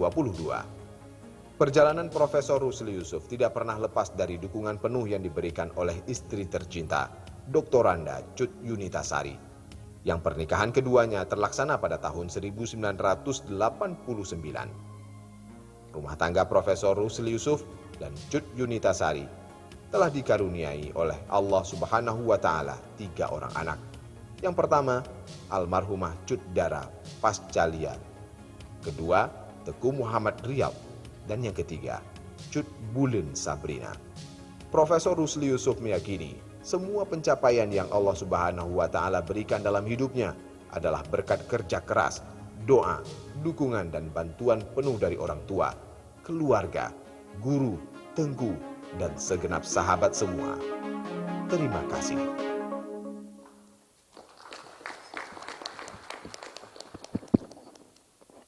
Bismillahirrahmanirrahim. Assalamualaikum warahmatullahi wabarakatuh. Yang kami hormati Ketua, Sekretaris, dan para anggota Senat, Rektor, para Wakil Rektor, Dekan dan para Wakil Dekan, Direktur dan para Wakil Direktur Program Pasca Sarjana, Ketua Lembaga dan Kepala Biro, para Ketua Jurusan dan Koordinator Program Studi di Universitas Syahkuala. Para dosen, rekan sejawat, sahabat, tenaga kependidikan, mahasiswa, seluruh sivitas akademika di lingkungan Universitas Syahkuala, segenap tamu undangan, keluarga, para hadirin yang berbahagia. Pada kesempatan yang sangat mulia ini, marilah kita panjat puji dan syukur kehadirat Allah Subhanahu wa Ta'ala yang telah memberikan rahmat dan karunia-Nya kepada kita semua, sehingga kita dapat hadir di sedang senat terbuka ini dalam rangka pengukuhan Guru Besar Universitas Syahkuala. Selawat sering salam kita aturkan kepada junjungan kita Nabi besar Muhammad sallallahu alaihi wasallam yang telah membawa kita ke alam yang penuh dengan keadaban. Alhamdulillah, dalam suasana penuh khidmat ini dan merupakan suatu kehormatan bagi saya mendapatkan kesempatan yang luar biasa ini, dan perkenalkanlah saya menyampaikan pengukuhan profesor dalam bidang ilmu pendidikan kewarganegaraan lingkungan pada Fakultas Keguruan dan Ilmu Pendidikan Universitas Syahkuala dengan judul Pendidikan Kewarganegaraan Lingkungan sebagai Instrumen Internalisasi Kesadaran Warga Negara. Bapak Rektor, Ketua Sekretaris, anggota Senat, serta hadirin yang kami muliakan. Lingkungan sebagai tempat tinggal bagi manusia yang juga makhluk hidup lainnya untuk bekerja, berinteraksi sesama, berkembang biak, melanjutkan keturunan, mencukupi kebutuhan sehariannya. Sebagai suatu kesatuan tempat, makhluk, kondisi, dan benda pada suatu ruang di mana manusia terikat di dalamnya, maka antara manusia dengan lingkungan memiliki hubungan timbal balik dan saling menguntungkan. Saat ini sedang mengalami krisis lingkungan yang sangat serius. Serangkaian permasalahan lingkungan yang ada, baik global maupun lokal, merupakan pemandangan dari krisis lingkungan. Hilangnya keanekaragaman hayati, perubahan iklim, pencairan es, polusi plastik, polusi laut, polusi udara, hanyalah sebagai masalah lingkungan global yang membentuk krisis lingkungan saat ini. Selain itu, di tingkat lokal, krisis lingkungan seperti hilangnya habitat, fragmentasi habitat, pembangunan perkotaan ekstrim, konsumsi sumber daya alam yang berlebihan, dan sebagainya. Berdasarkan data Kementerian Lingkungan Hidup dan Kehutanan, merilis data produksi sampah tahun 2020, dengan total secara nasional telah mencapai 67, ton. Artinya ada 18.000 ton sampah yang dihasilkan setiap tahun, setiap hari. Selain itu, dengan jumlah penduduk lebih daripada 270 juta saat ini, maka terdapat 0,68 kg sampah per hari yang dihasilkan oleh setiap penduduk Indonesia. Selain itu, berdasarkan riset yang dilakukan oleh LIPI, menunjukkan bahwa Indonesia merupakan negara produksi sampah plastik terbesar kedua setelah Cina. Secara umum, kerusakan lingkungan terjadi berbagai belahan bumi disebabkan oleh faktor alamiah seperti tinggi curah hujan, air laut, pasang skala besar, badai dengan kekuatan tinggi, dan lain sebagainya. Selain faktor teknis alamiah, penyebab kerusakan lingkungan juga terjadi akibat perilaku manusia. Manusia memperlakukan lingkungan tidak baik, jauh dari tatanan etika, sifat antroposentris yang hampir tidak terkontrol. Kemudian, kerusakan lingkungan juga akibat dari perilaku manusia, yaitu rendahnya pengetahuan manusia tentang lingkungan, moral kolektif, perilaku, serta eksploitasi sumber daya secara berlebihan. Bapak Rektor, Ketua Sekretaris dan Anggota Senat, serta hadirin yang sangat kami muliakan. Permasalahan lain dapat ditinjau dari banyak perspektif. Salah satunya adalah perspektif pendidikan kewarganegaraan. Secara hakikat, pendidikan kewarganegaraan tergolong dalam jenis kajian multidisiplin, interdisiplin, dan antardisiplin ilmu. Secara filosofis, terdapat 3 domain utama pendidikan kewarganegaraan, yaitu civic knowledge, civic skill, dan civic disposition. Sebagai bidang kajian multidisiplin dan interdisiplin dan antardisiplin, pendidikan kewarganegaraan berbasis pada teori-teori sosial dalam pengembangan kajian menyangkut dengan masalah-masalah yang dihadapi oleh warga negara, baik masalah sosial, politik, ekonomi, budaya, termasuk masalah lingkungan. Sehingga dalam perjalanannya pendidikan kewarganegaraan terus berkembang secara dinamis, beradaptasi dengan tantangan yang ada. Hasil adaptasi dan pengembangan tersebut lahirlah cabang ilmu baru yang kita kenal dengan pendidikan kewarganegaraan lingkungan. Dalam sejarah perjalanannya, pendidikan kewarganegaraan sering diadaptasikan dengan politik kontemporer, kepentingan-kepentingan pragmatis, serta praktek yang kurang merepresentatifkan kepentingan negara.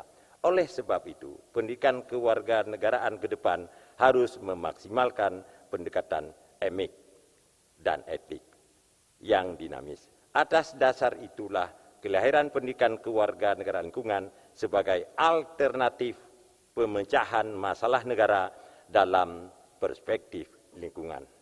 Hal ini telah diperkuat oleh pernyataan Haeckel bahwa kewarganegaraan lingkungan dapat memberi harapan dan solusi terkait dengan tantangan lingkungan di era modern.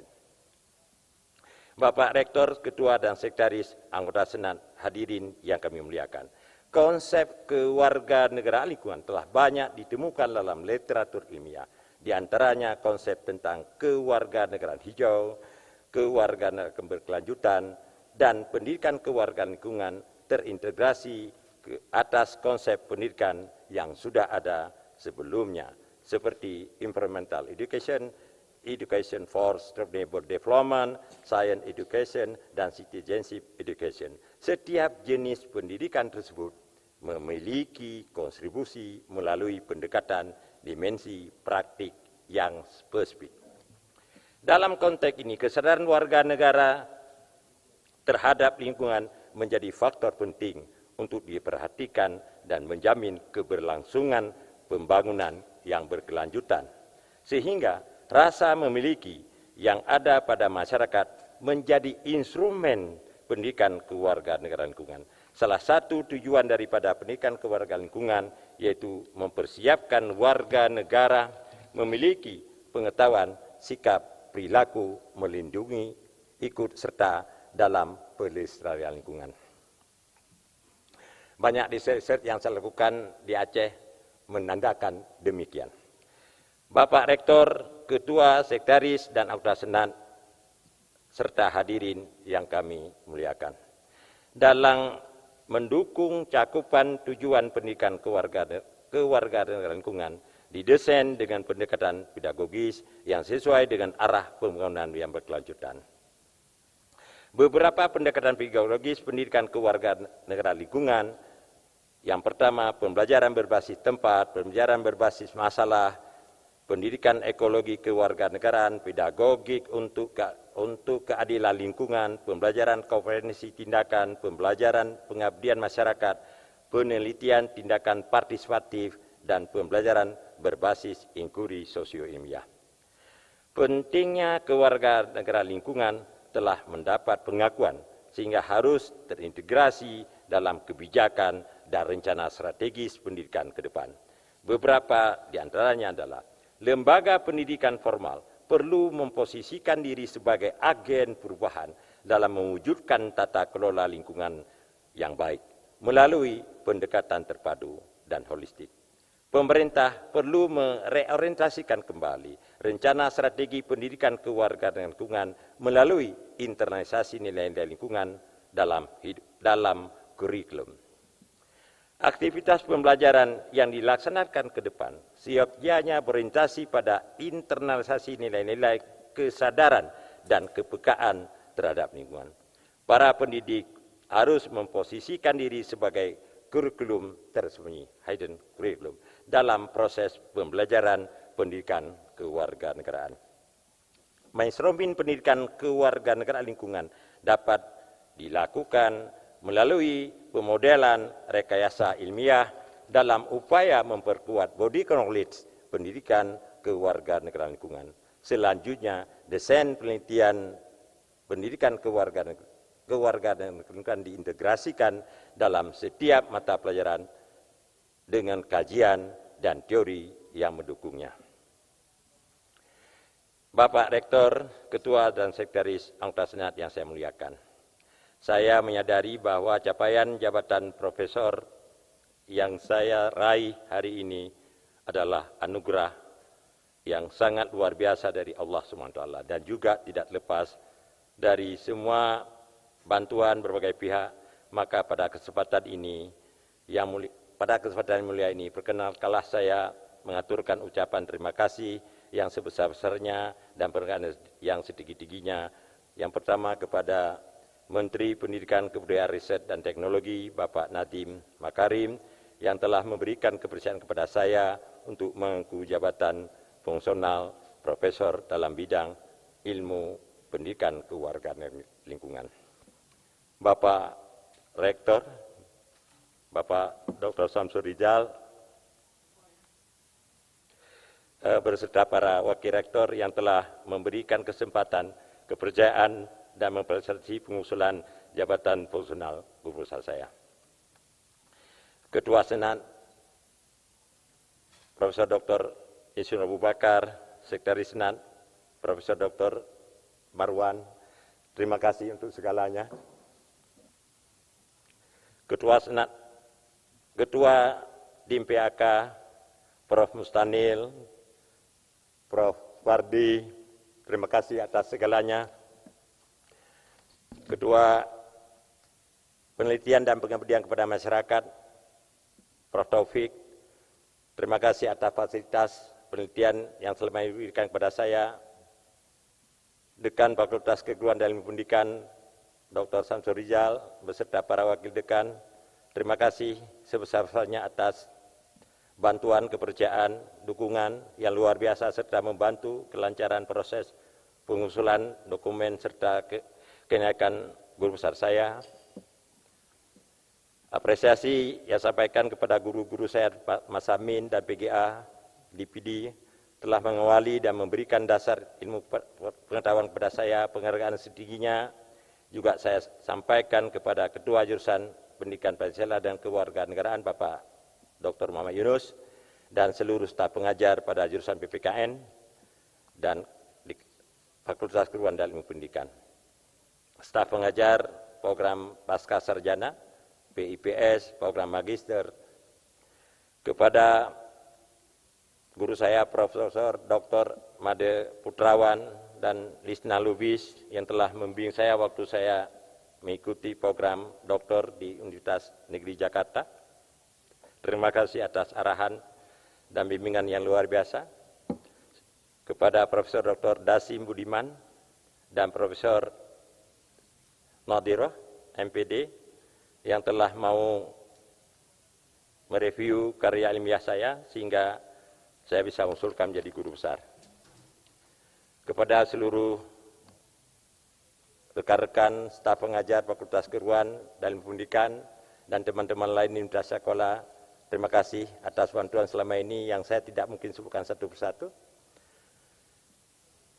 Terima kasih sering doa dan rasa cinta yang amat mendalam saya aturkan kepada ayahanda saya almarhum Tuku Muhammad Yusuf bin Tuku Ibrahim, ibunda saya Hajah Cut Maneh binti Tuku Nanggro, dua orang yang luar biasa. Terima kasih. Kalian tidak mempunyai pendidikan tinggi tapi mempunyai keadaban yang luar biasa. Terima kasih untuk segalanya. Tak lupa juga kepada ayah mertua saya Hajah Cut Ajah Tuku Ismail dan ibunda Cut Safiah yang selalu memfasilitasi saya, memberi nasihat, kasih sayang luar biasa. Kepada adik-adik ipar saya, Tuku Isnandar, Tuku Ismed, dan Cut Sampitri. Terima kasih tak terhingga untuk saudara kandung saya, almarhum Cubang Asnami, Dinda Tuku Asni, Dinda Kartini, Susayuti, dan Talbiah, serta kepada anak-anak dan cucu mereka yang selalu memberi inspirasi dan roh dalam kehidupan saya. Kepada istri saya, Hajah Cut Nita Sari, yang senantiasa mendampingi dikala duka dan suka, tapi lebih banyak duka. Terima kasih atas segala cinta, keikhlasan, dan dukungan yang telah diberikan kepada saya selama ini. Kepada anak-anak saya, saudara Paskalia, Tuku Muhammad Riyad dan Cuk Sabrina, kalian adalah energi yang luar biasa yang selalu memberikan kehidupan bagi saya. Secara khusus dan istimewa, saya ucapkan terima kasih kepada guru-guru saya di FKIP Indonesia, terutama kepada Bapak Profesor Dr. Abdin Hasim, Bapak T.A. Sausin, Pak Saidi SH. Beliau-beliau ini adalah role model bagi dalam hidup saya. Dalam kesempatan ini juga saya tidak bisa melupakan jasa abuah saya, Tunku Muhammad Amin Dirbe. Beliau adalah guru pertama dan utama dalam pendidikan agama saya. Pada kesempatan ini juga tak bisa melupakan jasa-jasa teman-teman di jurusan PPKN, terutama Pak Nasir, Pak Amir, Bu Erna, Pak Yunus, Pak Asbi, Pak Ruslan, dan Pak Saiful, dan teman-teman lainnya. Saya tidak bisa melupakan kebaikan teman diskusi malam saya selama 4 tahun terakhir ini, yaitu Pak Sanusi, Pak Maimun, Pak Irwan, dan yang terakhir yang sangat istimewa kepada Ananda Iwan Fajri yang telah menemani saya hampir 4 tahun, dan moga Anda, saudara, bisa segera selesai magister pendidikan di UPI. Akhirnya kepada seluruh pihak yang tidak dapat kami sebutkan satu persatu, saya menyampaikan terima kasih dan penghargaan yang setinggi-tingginya atas doa, bantuan, dan dukungan, baik secara langsung maupun tidak langsung. Bapak Rektor, Ketua dan Sekdesnat, serta hadirin yang saya muliakan. Demikian pidato pengukuhan ini saya sampaikan, semoga bermanfaat bagi saya sendiri, Bapak Ibu hadirin sekalian. Kami memohon doa, restu kiranya saya dapat mengembangkan amanah guru besar ini dengan sebaik-baiknya, terus dapat memberikan kontribusi untuk Universitas Sekolah, bangsa, negara, dan agama. Saya memohon maaf yang sebesar-besarnya jika dalam penyampaian pidato ini ada hal-hal yang kurang berkenan. Terima kasih atas perhatian Bapak Ibu, para hadirin dalam mengikuti acara pengukuhan ini. Semoga Allah Subhanahu wa ta'ala merahmati kita semua dan meridai acara yang sangat mulia ini. Wabillahi taufik wal hidayah. Assalamualaikum warahmatullahi wabarakatuh.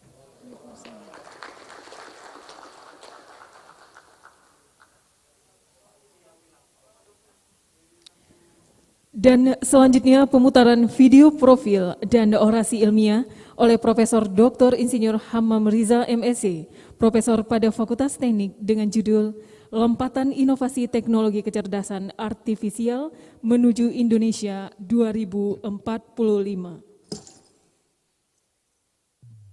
Kerap dikenal sebagai pakar teknologi informasi dan komunikasi, khususnya dalam bidang artificial intelligence di Indonesia. Itulah Hammam Riza Yusuf. Lahir di Medan pada 8 Agustus 1962 sebagai anak sulung dari Profesor Dr. Yusuf Hanafiah, seorang guru besar yang juga menjabat sebagai rektor selama 2 periode tahun 1981 hingga 1988 di Universitas Sumatera Utara. Di usia yang masih kecil, Hammam sudah mengikuti kedua orang tuanya berpindah ke Amerika. Baginya, ayah adalah role model yang sangat ia banggakan. Sosok yang memotivasi dirinya memulai pendidikan hingga bisa menjadi Hammam yang memiliki sebongkah prestasi menakjubkan. Di balik kegemarannya berolahraga dan bermusik, ketertarikan Hammam dalam mengutak-atik elektronik justru membawanya masuk dalam jenjang pendidikan teknik elektro di ITB pada tahun 1981. Di tingkat pendidikan S1 itulah menjadi titik awal bagi sosok Hammam memulai kehidupannya mempelajari dan mengembangkan teknologi berbasis AI atau kecerdasan artifisial. Pada tugas akhirnya, Hammam sudah memulai melakukan programming logic untuk menerjemahkan kode mesin dari Apple II ke IBM PC. Hammam melanjutkan studi S2 di Computer Science University of Kentucky pada tahun 1990. Kompetensi logic programming yang terus berkembang dengan menerapkannya pada pemrosesan bahasa alami Natural Language Processing untuk bahasa Indonesia. Pada tingkat pendidikan S3 yang diselesaikan secara cum laude di Institut Teknologi Bandung, Hammam menggabungkan metode simbolik dengan stokastik untuk riset mesin penerjemah. Tahun 1987, Hammam bergabung dengan BPPT dan mendapat kesempatan kursus di Jepang secara intens selama 2 tahun untuk meningkatkan kemampuan AI dan mendapat pengalaman dari kerjasama riset teknologi mesin penerjemah atau machine translation untuk 5 bahasa di Asia. Baginya, almarhum B.J. Habibie sebagai founder BPPT adalah tokoh bangsa dalam iptek dan berperan dalam upaya peningkatan sumber daya manusia. Tahun 1988, karya tulis pertamanya dengan topik teknologi komputer dan linguistik komputasional dinobatkan sebagai karya tulis yang menerobos Kongres Bahasa Indonesia dengan topik yang tidak lazim. Tahun 2004 hingga 2010 menjadi tahun yang produktif bagi Hammam untuk memperdalam ilmu AI yang ia tuangkan ke dalam karya tulisnya dan melibatkan kolaborasi internasional seperti Asian MT, A-Star, dan Pan Localization. Hingga saat ini, Hammam telah berpartisipasi dalam berbagai penelitian dan perekayasaan teknologi, termasuk AI, baik dalam nasional maupun internasional. Termasuk inovasi melalui kerjasama riset dengan institusi mancanegara dalam Universal Speech Translation Advanced Research atau USTAR yang menghasilkan aplikasi Voictra. Hammam juga telah menghasilkan karya tulis sebanyak 23 publikasi dalam jurnal dan proceeding, serta 4 buku yang telah terbit. Pada tahun 2022 ini, buku dengan judul Kasus Pemanfaatan atau Use Cases Kecerdasan Artifisial Indonesia tahun 2021 akan pula diterbitkan. Sesuai dengan semangat solid, smart, speed, sejak memangku tugasnya sebagai kepala BPPT, Hammam berupaya memberikan yang terbaik dan terus berpikir kreatif dengan menginisiasi transformasi digital, membangun 43 aplikasi yang digunakan secara luas untuk mendukung dan mempermudah tata kelola manajemen teknologi, dan merupakan sumbangsih bagi kemajuan masyarakat Indonesia di era transformasi digital. Budaya inovasi dan kerja cerdas yang dilakukan Hammam tersebut membuat BPPT berhasil melanjutkan pengkajian dan penerapan teknologi AI, tidak saja di bidang pemrosesan bahasa alami, tetapi juga di bidang prioritas nasional seperti kesehatan dan kebencanaan, antara lain deteksi COVID-19 melalui citra medis berbasis AI pada CT scan dan X-ray, peka api untuk teknologi modifikasi cuaca atau TMC dalam pencegahan kebakaran hutan dan lahan, melalui prediksi analitik potensi terjadinya kebakaran hutan dan lahan. Untuk mencapai visi Indonesia 2045, BPPT bersama dengan Quad Helix Pusat Inovasi Kecerdasan Artifisial meluncurkan Strategi Nasional Kecerdasan Artifisial Indonesia 2020 hingga 2045. Dokumen ini diresmikan oleh Menristek dan disaksikan oleh Wakil Presiden pada Hari Kebangkitan Teknologi Nasional 10 Agustus 2020 bersama dengan Pusat Unggulan Iptek, Atsiri Research Center, Universitas Syah Kuala. Hammam berusaha untuk mengoptimalkan hasil panen nila dengan menerapkan alat distilasi molekuler dan fraksinasi buatan BPPT yang diresmikan pada tahun 2020. Hammam menekankan betapa pentingnya inovasi dan teknologi dalam meningkatkan kualitas dan nilai tambah minyak nilam Aceh yang dikenal sebagai nilam dengan kualitas terbaik di dunia. Hammam sangat aktif berorganisasi. Di posisinya yang menjabat sebagai Kepala BPPT, ia juga dipercaya sebagai Ketua Umum dari Perkumpulan AI Korika dan Ketua Umum Ikatan Auditor Teknologi Indonesia atau IATI, Vice President dari Asian CIO Association, dan mendapatkan sertifikasi Insinyur Profesional Utama dari Persatuan Insinyur Indonesia. Hammam juga berhasil meraih penghargaan EVIO Honorary Fellow Engineer pada Desember 2021. Hammam mengaku di balik banyaknya usaha, karya, dan penghargaan yang ia dapatkan, keberadaan keluarganya lah yang tidak lelah memberikan dorongan, dukungan, semangat, dan selalu menguatkan Hammam untuk tidak pernah menyerah dalam bekerja dan mengejar impiannya. Hammam yakin dirinya akan terus berinovasi tiada henti dan akan mendedikasikan hidupnya untuk terus belajar dan mengajar, serta selalu berusaha menjadi yang terbaik dalam mengembangkan dan melakukan lompatan inovasi teknologi kecerdasan artifisial menuju Indonesia 2045.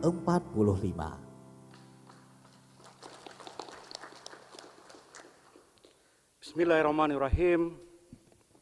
Rabbi shrah sadri wa yassir li amri wahlul 'uqdatam min lisani yafqahu qawli. La haula wala quwata illa billahil azim. Assalamualaikum warahmatullahi wabarakatuh.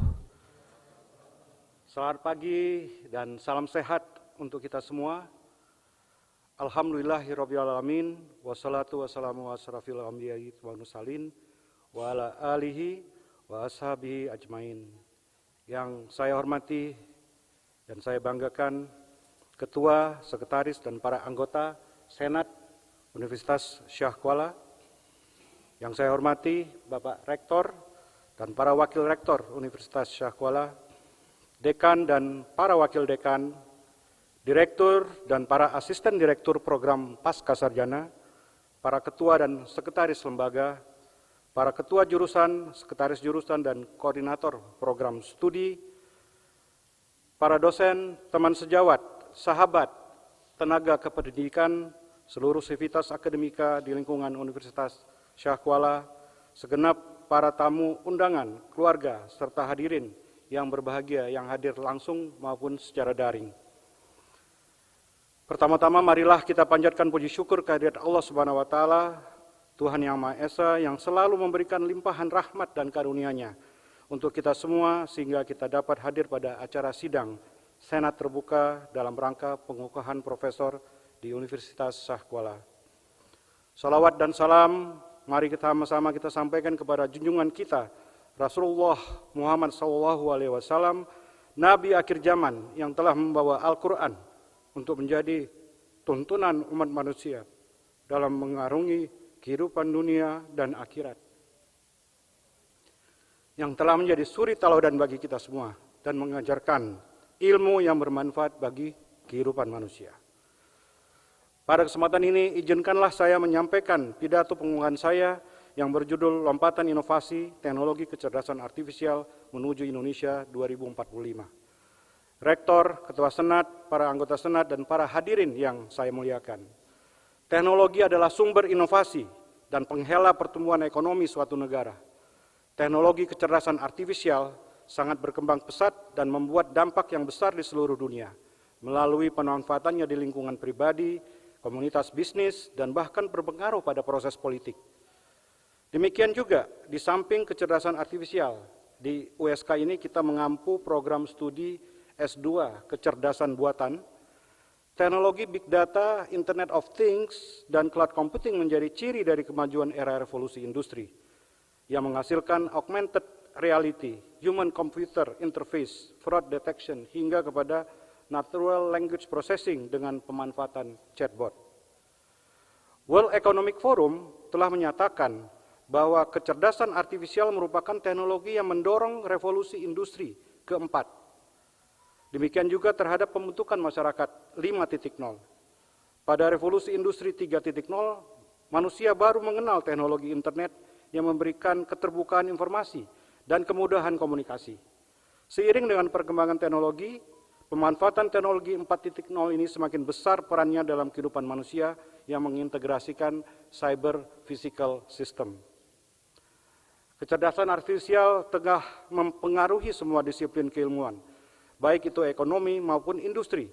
Berbagai aplikasi AI dikembangkan karena dukungan percepatan infrastruktur komputasi dan sains data. Sistem AI dihasilkan dari penggabungan machine learning, sains data, supercomputing, cloud, dan jaringan 4G ataupun 5G, sehingga mendorong transformasi digital di berbagai sektor pembangunan. Sebuah definisi menyebutkan AI adalah studi tentang intelligent agents, agen cerdas yang melihat lingkungannya dan mengambil tindakan yang memaksimalkan upaya mencapai tujuannya. European Commission menyatakan AI adalah sebuah sistem yang menampilkan perilaku cerdas dengan kumpulan teknologi yang menggabungkan data, algoritma, dan daya komputasi, dan merupakan pendorong dari kecerdasan artifisial yang menjadi arus utama ataupun mainstream untuk melakukan lompatan inovasi teknologi. Sedangkan Amerika Serikat menyatakan AI adalah sistem berbasis mesin yang dapat membuat prediksi, rekomendasi, ataupun keputusan yang mempengaruhi lingkungan nyata dan virtual.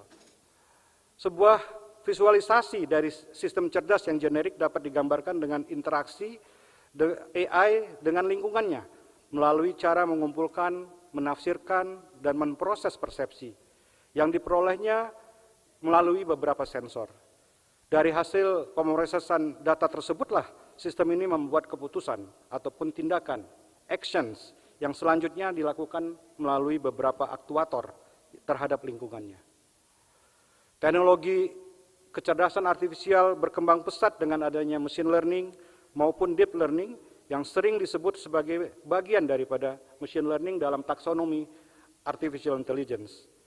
Kita mengenal 3 jenis algoritma utama, baik itu supervised learning, unsupervised learning, maupun machine learning tipe ketiga yang kita sebut dengan reinforcement learning, seperti balita yang belajar, yang merupakan algoritma yang bekerja melalui sebuah proses umpan balik ataupun feedback dan akan terus melakukan aktivitasnya sampai mencapai tujuan yang sudah ditetapkan. Jika tercapai tujuannya, maka didapatkanlah reward. Proses belajar ini akan terus berlangsung dengan tujuan utama untuk memaksimalkan reward yang kita peroleh. Rektor, Ketua Senat, para anggota Senat, dan para hadirin yang saya muliakan, 5 tahun belakangan ini, kecerdasan artifisial memasuki era baru, memberikan manfaat seluas imajinasi kita. Hal ini dipicu oleh berbagai terobosan yang dicapai pada ranah aplikasi yang dapat kita kelompokkan menjadi machine learning, computer vision, dan natural language processing. Saat ini ketiga jenis AI tersebut dipakai di berbagai aplikasi cerdas yang kita gunakan. Jelaslah bahwa kecerdasan artifisial menjadi lompatan inovasi teknologi menuju masa depan Indonesia, karena siapa yang memimpin bidang AI pada tahun 2030 akan memimpin dunia hingga 2100. AI menjadi unsur peningkatan daya saing sebuah negara, Seperti disebutkan oleh Brookings Institute, diskusi kecerdasan artifisial ini berkisar pada mimpi futuristik, baik berupa utopia maupun distopia. Dari satu ekstrim hingga ke ekstrim yang lain, harapan memberikan solusi cerdas untuk perubahan iklim global hingga kepada kiamat robot. Dalam upaya menguasai dunia dalam kecerdasan artifisial, berbagai negara telah membuat strategi nasional kecerdasan artifisial, seperti ditunjukkan pada peta AI Strategy Landscape ini, termasuk Indonesia yang harusnya mempunyai strategi nasional kecerdasan artifisial agar dapat berdaya saing, mandiri, serta tidak tertinggal dalam pemanfaatan teknologi kecerdasan artifisial.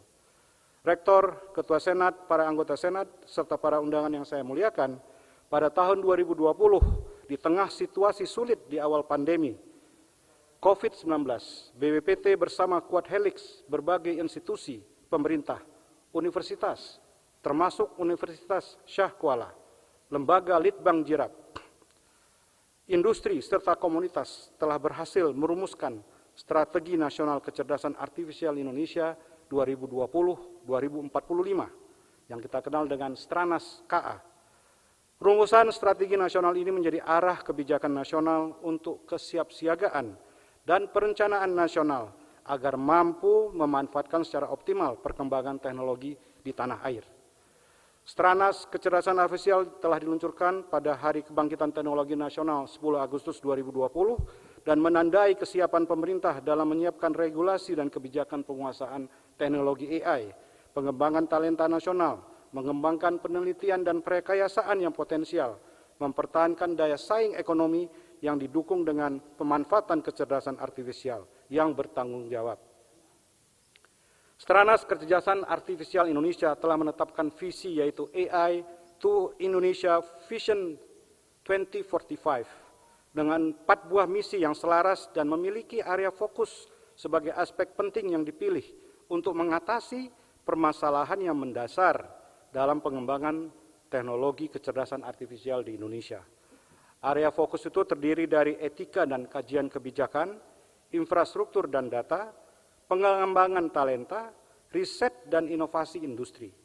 Selain itu, 5 bidang prioritas telah pula ditetapkan sebagai bidang spesifik yang dipilih berdasarkan program riset dan inovasi pemanfaatan kecerdasan artifisial yang dibutuhkan oleh sektor prioritas strategis nasional yang terdiri dari layanan kesehatan, reformasi birokrasi, pendidikan dan riset, ketahanan pangan, mobilitas, dan kota cerdas. Strategi nasional ini juga menetapkan program inisiatif pada setiap area fokus dan bidang prioritas yang kita sebut dengan Quick Win sebagai program percepatan dalam rangka pemanfaatan teknologi AI untuk masyarakat Indonesia.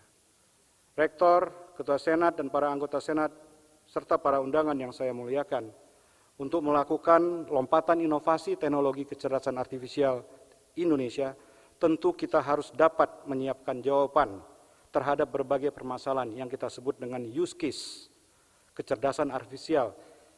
Dan ini tentu saja didukung dengan data, algoritma, dan infrastruktur supercomputing, serta mengandalkan pada kompetensi sumber daya manusia Indonesia. Saya dan Pusat Inovasi Kecerdasan Artifisial, PIKA, Pokja 7, baru-baru ini menyelesaikan kompilasi sebuah buku yang disebut dengan Use Case, Kasus Pemanfaatan AI di Indonesia, yang merupakan penjabaran dari 17 solusi AI dalam 4 klaster, yaitu riset industri dan Hankam, layanan publik dan kesehatan, kota cerdas dan kebencanaan, serta ketahanan pangan. Pada kesempatan yang mulia ini, saya akan menyampaikan beberapa use case, utamanya terkait dengan kompetensi saya di bidang pemrosesan bahasa alami dan machine translation yang telah diawali sejak 3 dekade yang lalu. Selain itu, saya akan menyampaikan tentang pemanfaatan kecerdasan artifisial untuk reduksi risiko bencana dan kecerdasan artifisial untuk deteksi COVID-19. Rektor, Ketua Senat, para anggota Senat, serta para undangan yang saya muliakan, kaji terap pemrosesan bahasa alami, natural language processing, dan machine translation bisa dikatakan melewati sebuah proses perjalanan evolusi. Evolusi yang menggabungkan ilmu komputer dan linguistik. Saya memulai perjalanan ini sejak saya diterima bekerja di BPPT pada tahun 1987. Dengan pendekatan rule base bersama peneliti teknologi bahasa dan informasi terapan TEBIT BPPT, kami telah berhasil mengembangkan beberapa sumber daya kebahasaan secara elektronik untuk bahasa Indonesia, terutama kamus elektronik bahasa Indonesia yang memuat informasi gramatikal, morfologi, sintaksis, sampai kepada pengetahuan semantik. Kamus elektronik ini kemudian digunakan pada sistem mesin penerjemahan bahasa Multilingual Machine Translation System yang dibangun bersama-sama dengan CICC dan berbagai institusi riset Machine Translation dari negara Asia, yang pada akhirnya menghasilkan sebuah sistem untuk 5 bahasa menggunakan metode interlingua. Sejalan dengan itu, saya telah mengembangkan pula bahasa Indonesia Analyzer System yang berfungsi untuk menguraikan, ataupun kita sebut dengan parsing, kalimat bahasa Indonesia ke dalam representasi interlingua. Dan ini saya lakukan pada saat master thesis. Sebuah kalimat dalam bahasa sumber melewati proses analisa secara berjenjang, seperti ditunjukkan pada slide ini, untuk menjadi representasi interlingua dan kemudian dibangkitkan menjadi kalimat dalam bahasa tujuan. Melanjutkan evolusi teknologi mesin penerjemah, terjadi peralihan dari metode berbasis simbolik ke metode berbasis statistik yang memerlukan tersedianya data korpus kalimat, baik korpus monolingual maupun bilingual sebagai dataset. Saya menggabungkan pendekatan hybrid, simbolik, dan statistical untuk membangun Indonesia Statistical Tiger dan Indonesia Statistical Parser, sistem analisis bahasa Indonesia saat meneliti untuk disertasi doktoral. Hasil inovasi teknologi ini digunakan dalam kegiatan ASEAN Machine Translation tahun 2012 yang bertemakan layanan publik terjemahan bahasa ASEAN berbasis jaringan yang mengintegrasikan modul Statistical Machine Translation dari berbagai negara di ASEAN. Selanjutnya, kemajuan berbagai algoritma kecerdasan artifisial untuk melakukan penerjemahan mesin berkembang sangat pesat, terutama dengan kehadiran arsitektur transformer yang digunakan pada Neural Machine Translation seperti yang dikembangkan oleh Google pada saat ini. Model sequence-to-sequence transducer berkembang pesat dengan penggunaan atensi pada decoder seperti ditampilkan dalam animasi berikut ini. Dengan menggunakan transformer, maka proses encoder dan decoder dalam proses penerjemahan dapat dijalankan secara bidirectional. Pemodelan bahasa dengan bidirectional encoder representation based on transformer ataupun BERT digunakan pada mesin penerjemahan state-of-the-art neural machine translation.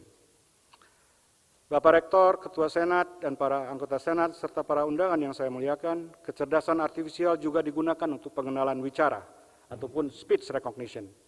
Dan BPPT telah melakukan kaji terap untuk inovasi teknologi pengenalan wicara dengan mitra industri yang menghasilkan perangkat lunak perisalah, yaitu sebuah aplikasi yang berkemampuan mencatat segala bentuk pembicaraan, pidato, dan lainnya dengan cepat dan akurat langsung dirubah menjadi tulisan. Selanjutnya, pengembangan speed-to-speed translation bahasa Inggris, bahasa Indonesia menggabungkan beberapa modul aplikasi seperti speech-to-text, statistical machine translation, dan text-to-speech, dan ini dilaksanakan dalam rangka konsorsium penelitian A-STAR, ASEAN Speech Translation yang dimulai pada tahun 2010 untuk 8 bahasa di benua Asia, ditambah dengan bahasa Inggris. Pengembangan lebih lanjut dari sistem speech-to-speech translation A-STAR ini dilanjutkan oleh konsorsium Universal Speech Translation Advanced Research yang dikoordinasi oleh NICT Jepang dan saat ini telah mencakup 31 bahasa termasuk bahasa Indonesia. Modul speech recognition dibangun dengan data yang dikembangkan oleh BPPT dan diintegrasikan dengan modul bahasa lainnya di NICT. Kegiatan ini menghasilkan Voictra yang merupakan aplikasi penerjemahan real-time dan telah digunakan pada Olimpiade Tokyo 2020 yang baru saja berakhir. Rektor, Ketua Senat, para anggota Senat, serta para undangan yang saya muliakan, pemanfaatan kecerdasan artifisial berikutnya adalah untuk reduksi risiko bencana. Pembelajaran mesin supervised learning dengan random forest dan convolutional neural network telah menunjukkan hasil awal yang baik dan mempunyai prospek yang sangat bagus untuk diterapkan pada upaya prediksi kebencanaan banjir, seperti pemetaan risiko banjir, pemetaan kerusakan akibat banjir, hingga kepada tanggap darurat banjir. Kebakaran hutan dan lahan merupakan bencana alam yang hampir setiap tahun terjadi, terutama di lahan gambut dan perkebunan kelapa sawit di Sumatera, Kalimantan, dan Papua, serta daerah lainnya yang masih memiliki hutan. Kerugian yang ditimbulkannya menurut informasi dari BNPB tidak kurang dari 75 triliun setiap tahun, dan cenderung meningkat setiap tahunnya. Saya dan tim Balai Besar Teknologi Modifikasi Cuaca telah memulai menerapkan kecerdasan artifisial untuk mitigasi bencana, khususnya pada tindakan pencegahan dan penanggulangan bencana kekeringan serta kebakaran hutan dan lahan dengan memanfaatkan aplikasi yang cerdas untuk operasi smart teknologi modifikasi cuaca. Penggunaan kecerdasan artifisial dapat pula digunakan untuk mendeteksi virus SARS-CoV-2 dengan menggunakan data citra medis, CT scan, dan X-ray, seperti yang dikembangkan oleh tim AI Task Force Riset Inovasi COVID-19 yang dipimpin oleh Profesor Bambang Rianto dari ITB.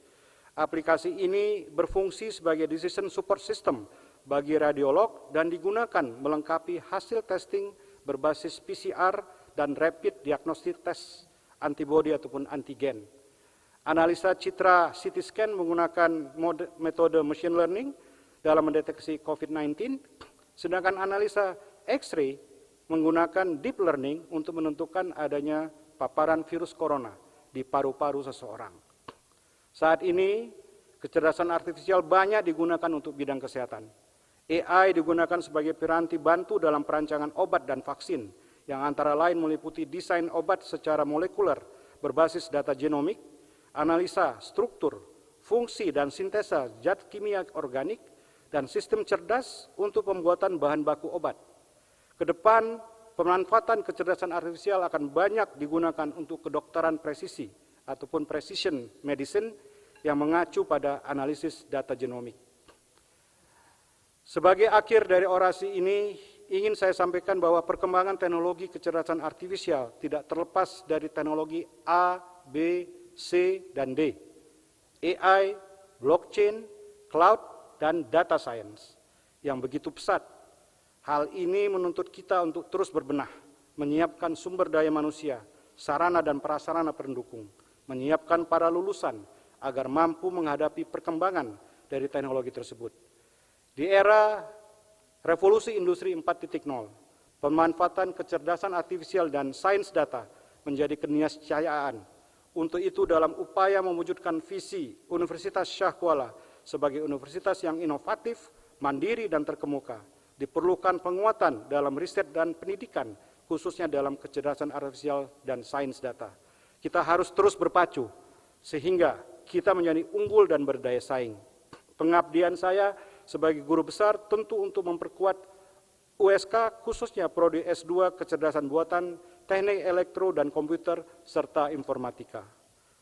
Rektor, Ketua Senat, para anggota Senat, serta para hadirin yang saya muliakan, perkenankanlah saya menyampaikan terima kasih kepada berbagai pihak yang telah banyak membantu saya, memberikan jasanya menjadikan saya guru besar dalam bidang kecerdasan artifisial. Terima kasih kepada Bapak Menteri Pendidikan dan Kebudayaan, Riset dan Teknologi. Terima kasih kepada Rektor Universitas Syah Kuala, Profesor Dr. Insinyur Samsul Rizal, M.Eng, IPU, ASEAN Engineering, beserta para Wakil Rektor, Profesor Dr. Insinyur Marwan, Profesor Hizir, dan Profesor Doktor lainnya yang telah menyetujui untuk saya menjadi guru besar dalam bidang kecerdasan artifisial dan telah memberikan kepercayaan kepada saya untuk mengabdi secara akademik dengan memangku jabatan profesor ini. Semoga Allah SWT membalas kebaikan Bapak Rektor dengan pahala yang berlimpah. Terima kasih kepada Ketua Senat, Profesor Dr. Insinyur Abu Bakar MS, dan Sekretaris Senat, Profesor Dr. Marwan Ramli, SSI, MSI, dan seluruh anggota Senat yang telah menyetujui usulan profesor saya dan Sivitas Akademika Universitas Syah Kuala yang telah memberikan saran dan masukan kepada saya pada berbagai kesempatan saya beraktivitas di kampus USK, jantung hati rakyat Aceh ini. Terima kasih kepada Dekan Fakultas Teknik, Profesor Dr. Insinyur Alfiansyah Yulianur BC, dan para wakil dekan, Ketua Jurusan Teknik Elektro dan Komputer, Dr. Ramzi Adriman ST, MSc, Ketua Jurusan Elektro 2016-2020, Profesor Dr. Nasaruddin M.Eng, dan seluruh sejawat di Fakultas Teknik di Jurusan Teknik Elektro dan Komputer yang telah memberikan dukungan dalam proses pengukuhan ini. Terima kasih kepada Ketua PPAK, Prof. Dr. Mustanir MSc, dan seluruh tim anggota PPAK, serta tim PPAK Fakultas Teknik yang telah membantu, memeriksa, dan memberi masukan terhadap berkas usulan Profesor saya. Terima kasih kepada Ketua LPPM, Profesor Dr. Taufik Fuadi Abidin, MTech, yang dari sejak awal pengusulan terus membantu saya sampai saat pengukuhan ini. Penghargaan untuk para guru yang telah mendidik dan membimbing saya dengan ikhlas sejak di SD dan SMP Yas Benhar, SMA Negeri 1 Medan, serta para dosen di jurusan Teknik Elektro ITB. Semoga Allah Subhanahu wa Ta'ala membalas semua jasa dan kebaikan mereka. Juga teman-teman di bangku sekolah dan kuliah Elektro 81, semoga kebersamaan terus terjaga dengan baik. Terima kasih kepada almarhum Profesor Kudrat Sumintapura, Profesor Tati Mengko, dan Profesor Bambang Parma Setiawan, selaku pembimbing dan promotor S3 saya di ITB, Profesor Jerzy Jaromcik dan Profesor Arkot Rajasekar yang telah membimbing saya menyelesaikan S2 di University of Kentucky, Lexington, USA, dan Profesor Dr. Ing Kusprianto selaku pembimbing S1 saya kuliah di ITB. Semoga ilmu yang telah diajarkan kepada saya akan terus bermanfaat. Apresiasi kepada Profesor Dr. Suhono Supangkat, Guru Besar ITB, Ketua Asosiasi Prakarsa Indonesia Cerdas, dan Profesor Dr. Taufik Fuadi Abidin, Guru Besar USK yang berkenan menjadi reviewer dan menilai karya ilmiah saya. Terima kasih kepada Prof. Bambang Rianto yang terus membantu meningkatkan kompetensi keilmuan saya. Semoga Allah Subhanahu wa Ta'ala membalas semua amal dan kebaikan mereka. Terima kasih kepada Founding Father BPPT, Presiden Republik Indonesia ketiga, almarhum Profesor B.J. Habibie, yang mengatakan, jangan pernah berhenti.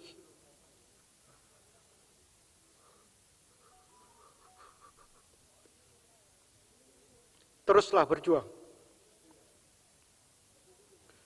Dan seluruh kolega perekayasa peneliti di BPPT yang menjalankan kegiatan kaji terap teknologi untuk menghasilkan inovasi. Khususnya yang dari awal membangun kecerdasan artificial intelligence di BPPT, Pak Iman Sudarwo, Darmanwan, almarhum Pak Sulis, Sumardi, Loli, Hafni, Gunarso, Teduh, dan Agung Santosa, serta generasi penerus, Asril Jarin, Anto, Elvira, serta seluruh tim Ipteknet dan PT IKA, berawal di akhir untuk terus mengasah teknologi artificial intelligence. Terima kasih diaturkan kepada seluruh pimpinan BPPT 2019-2021 yang menggerakkan kaji terap inovasi tiada henti, BPPT Solid Smart Speed. Mari kita terus berkarya menghasilkan teknologi untuk negeri, inovasi Indonesia.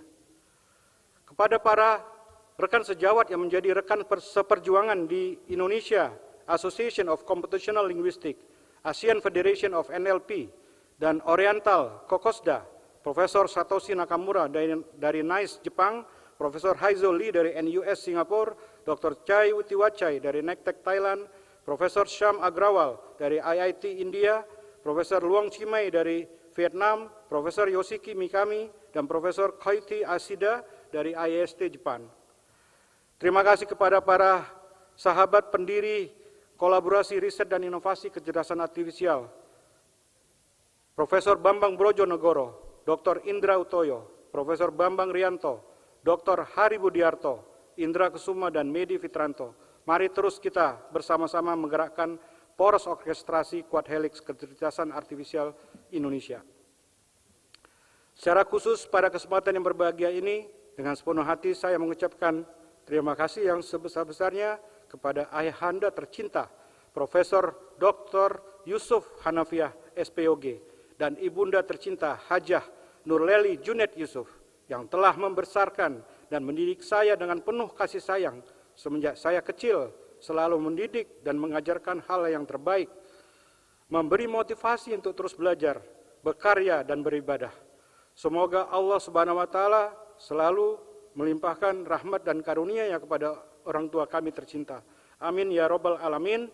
Terima kasih Pak, Ma, telah dapat hadir secara daring untuk menyaksikan pengukuhan guru besar Dijak.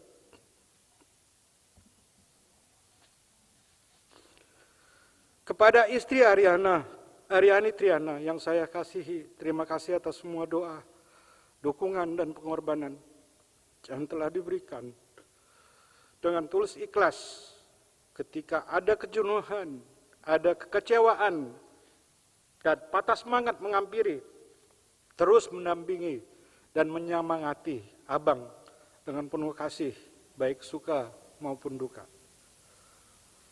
Untuk anak-anakku tercinta, Rino Nugraha Putra, Sania Maharani, Syakira Maharani, Sheila Zahra Mutia, dan menantu Indah Tasya Bastaman, serta cucu Kalia Azima Yusuf. Papa selalu sayang kepada Ananda semua. Terima kasih atas kesabaran dan keikhlasan berbakti pada orang tua. Semoga capaian yang telah Papa raih saat ini menjadi penyemangat bagi Ananda semua untuk terus belajar dan berkarya meraih yang dicita-citakan tanpa mengabaikan kewajiban untuk selalu mendekatkan diri kepada Allah Subhanahu wa Ta'ala.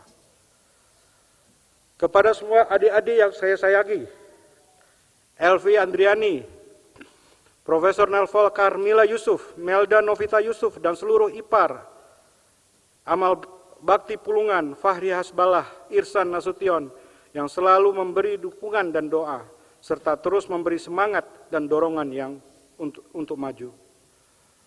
Terima kasih kolega diaspora Global Aceh, Pak Arya Reza Vidi, Pak Mustafa Abu Bakar, Pak Dirhamsah, dan tim Corporate Sekretariat BPPT 3S, Mahendra, Mudiono, Wiwi, Latifah, Sekretariat Korika, Lukman, Kiki, dan Iyati, Ria. Kepada semua pihak yang tidak dapat saya sebut satu persatu, terima kasih Bapak Ibu atas doa dan dukungannya. Bapak Rektor, Ketua Senat, para anggota Senat, serta para hadirin yang saya muliakan, demikian pidato pengukuhan Profesor saya. Semoga memberikan manfaat yang luas bagi Bapak Ibu dan para undangan sekalian.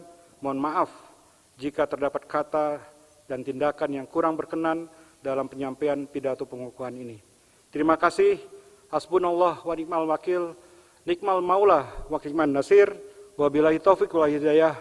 Wassalamualaikum warahmatullahi wabarakatuh.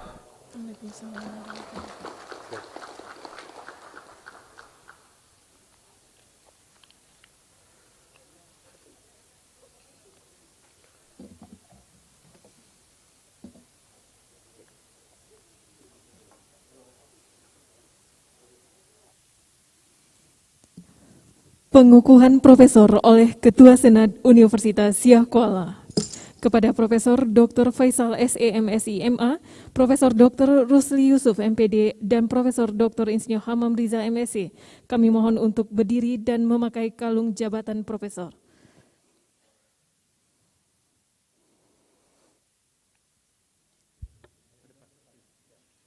Selanjutnya kami persilakan kepada Profesor yang dikukuhkan untuk maju ke depan.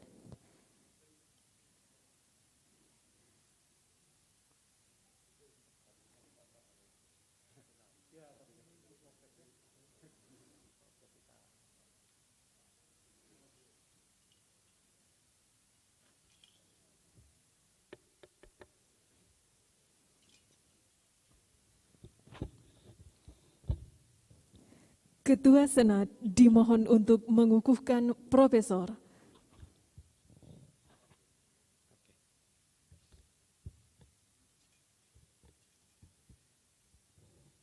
Dengan mengucapkan Bismillahirrahmanirrahim.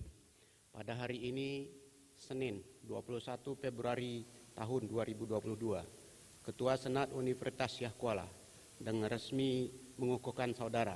Pertama, Profesor Dr.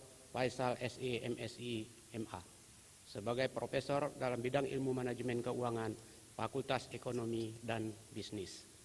Kedua, Profesor Dr. Rusli Yusuf MPD sebagai profesor dalam bidang ilmu pendidikan dan kewarganegaraan lingkungan Fakultas Keguruan dan Ilmu Pendidikan. Yang ketiga, Profesor Dr. Insinyur Hamam Rija MSc sebagai profesor dalam bidang ilmu kecerdasan buatan Fakultas Teknik.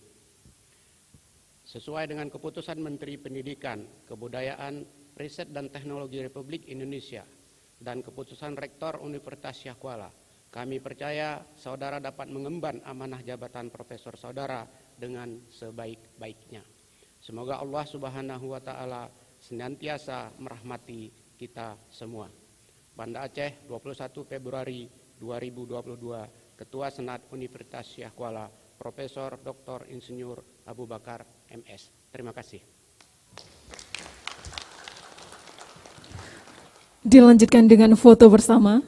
Kepada Ketua Senat dan Rektor dipersilakan bergabung. Dan kepada seluruh anggota Senat yang hadir dimohon berdiri.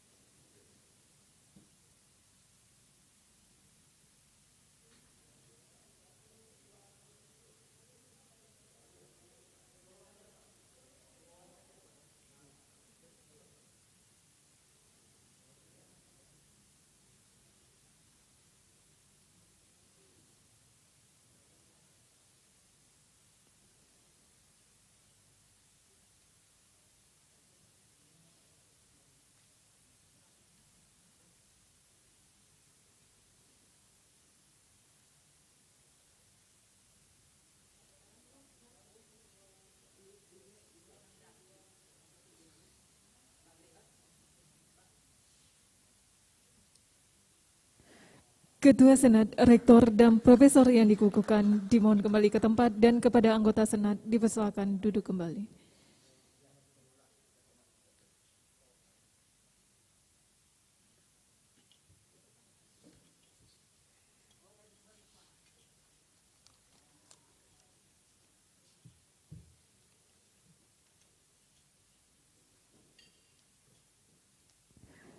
Ketua Senat Universitas Syah Kuala menutup sidang terbuka Senat.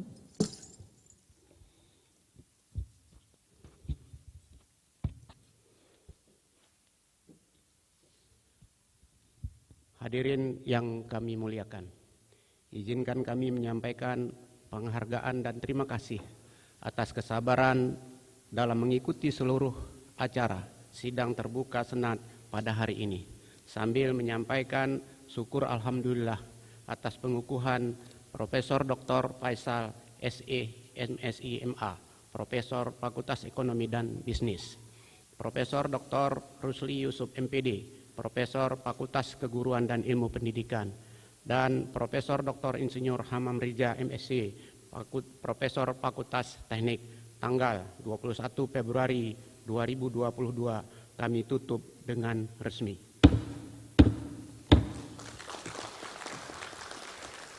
Wabillahi taufik wal hidayah. Wassalamualaikum warahmatullahi wabarakatuh. Pemberian ucapan selamat kepada profesor yang dikukuhkan dan Ibu dimohon untuk mengambil tempat yang telah ditentukan.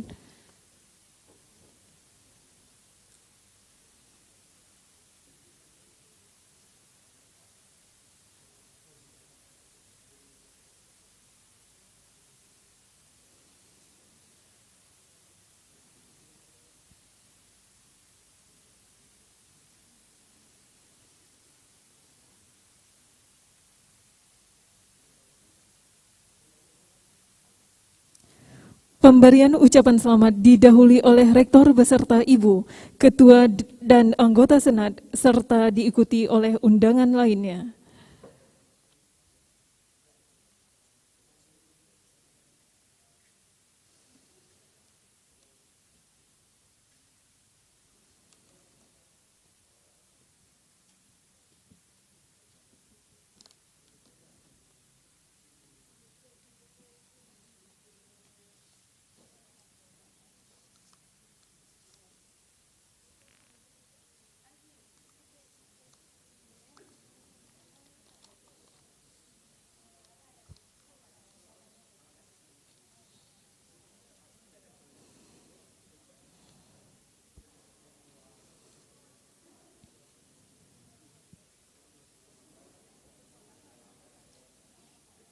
Setelah ini, Bu, ya.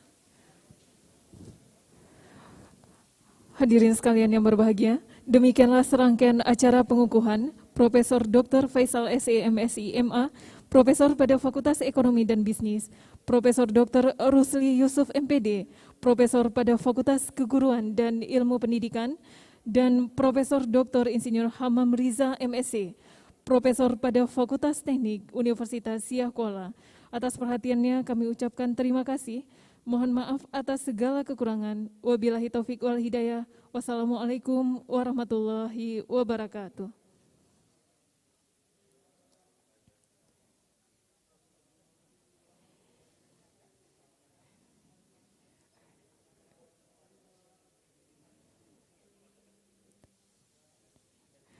Bapak dan Ibu hadirin sekalian yang berbahagia, kami persilakan untuk foto bersama, namun dengan tetap menerapkan protokol kesehatan.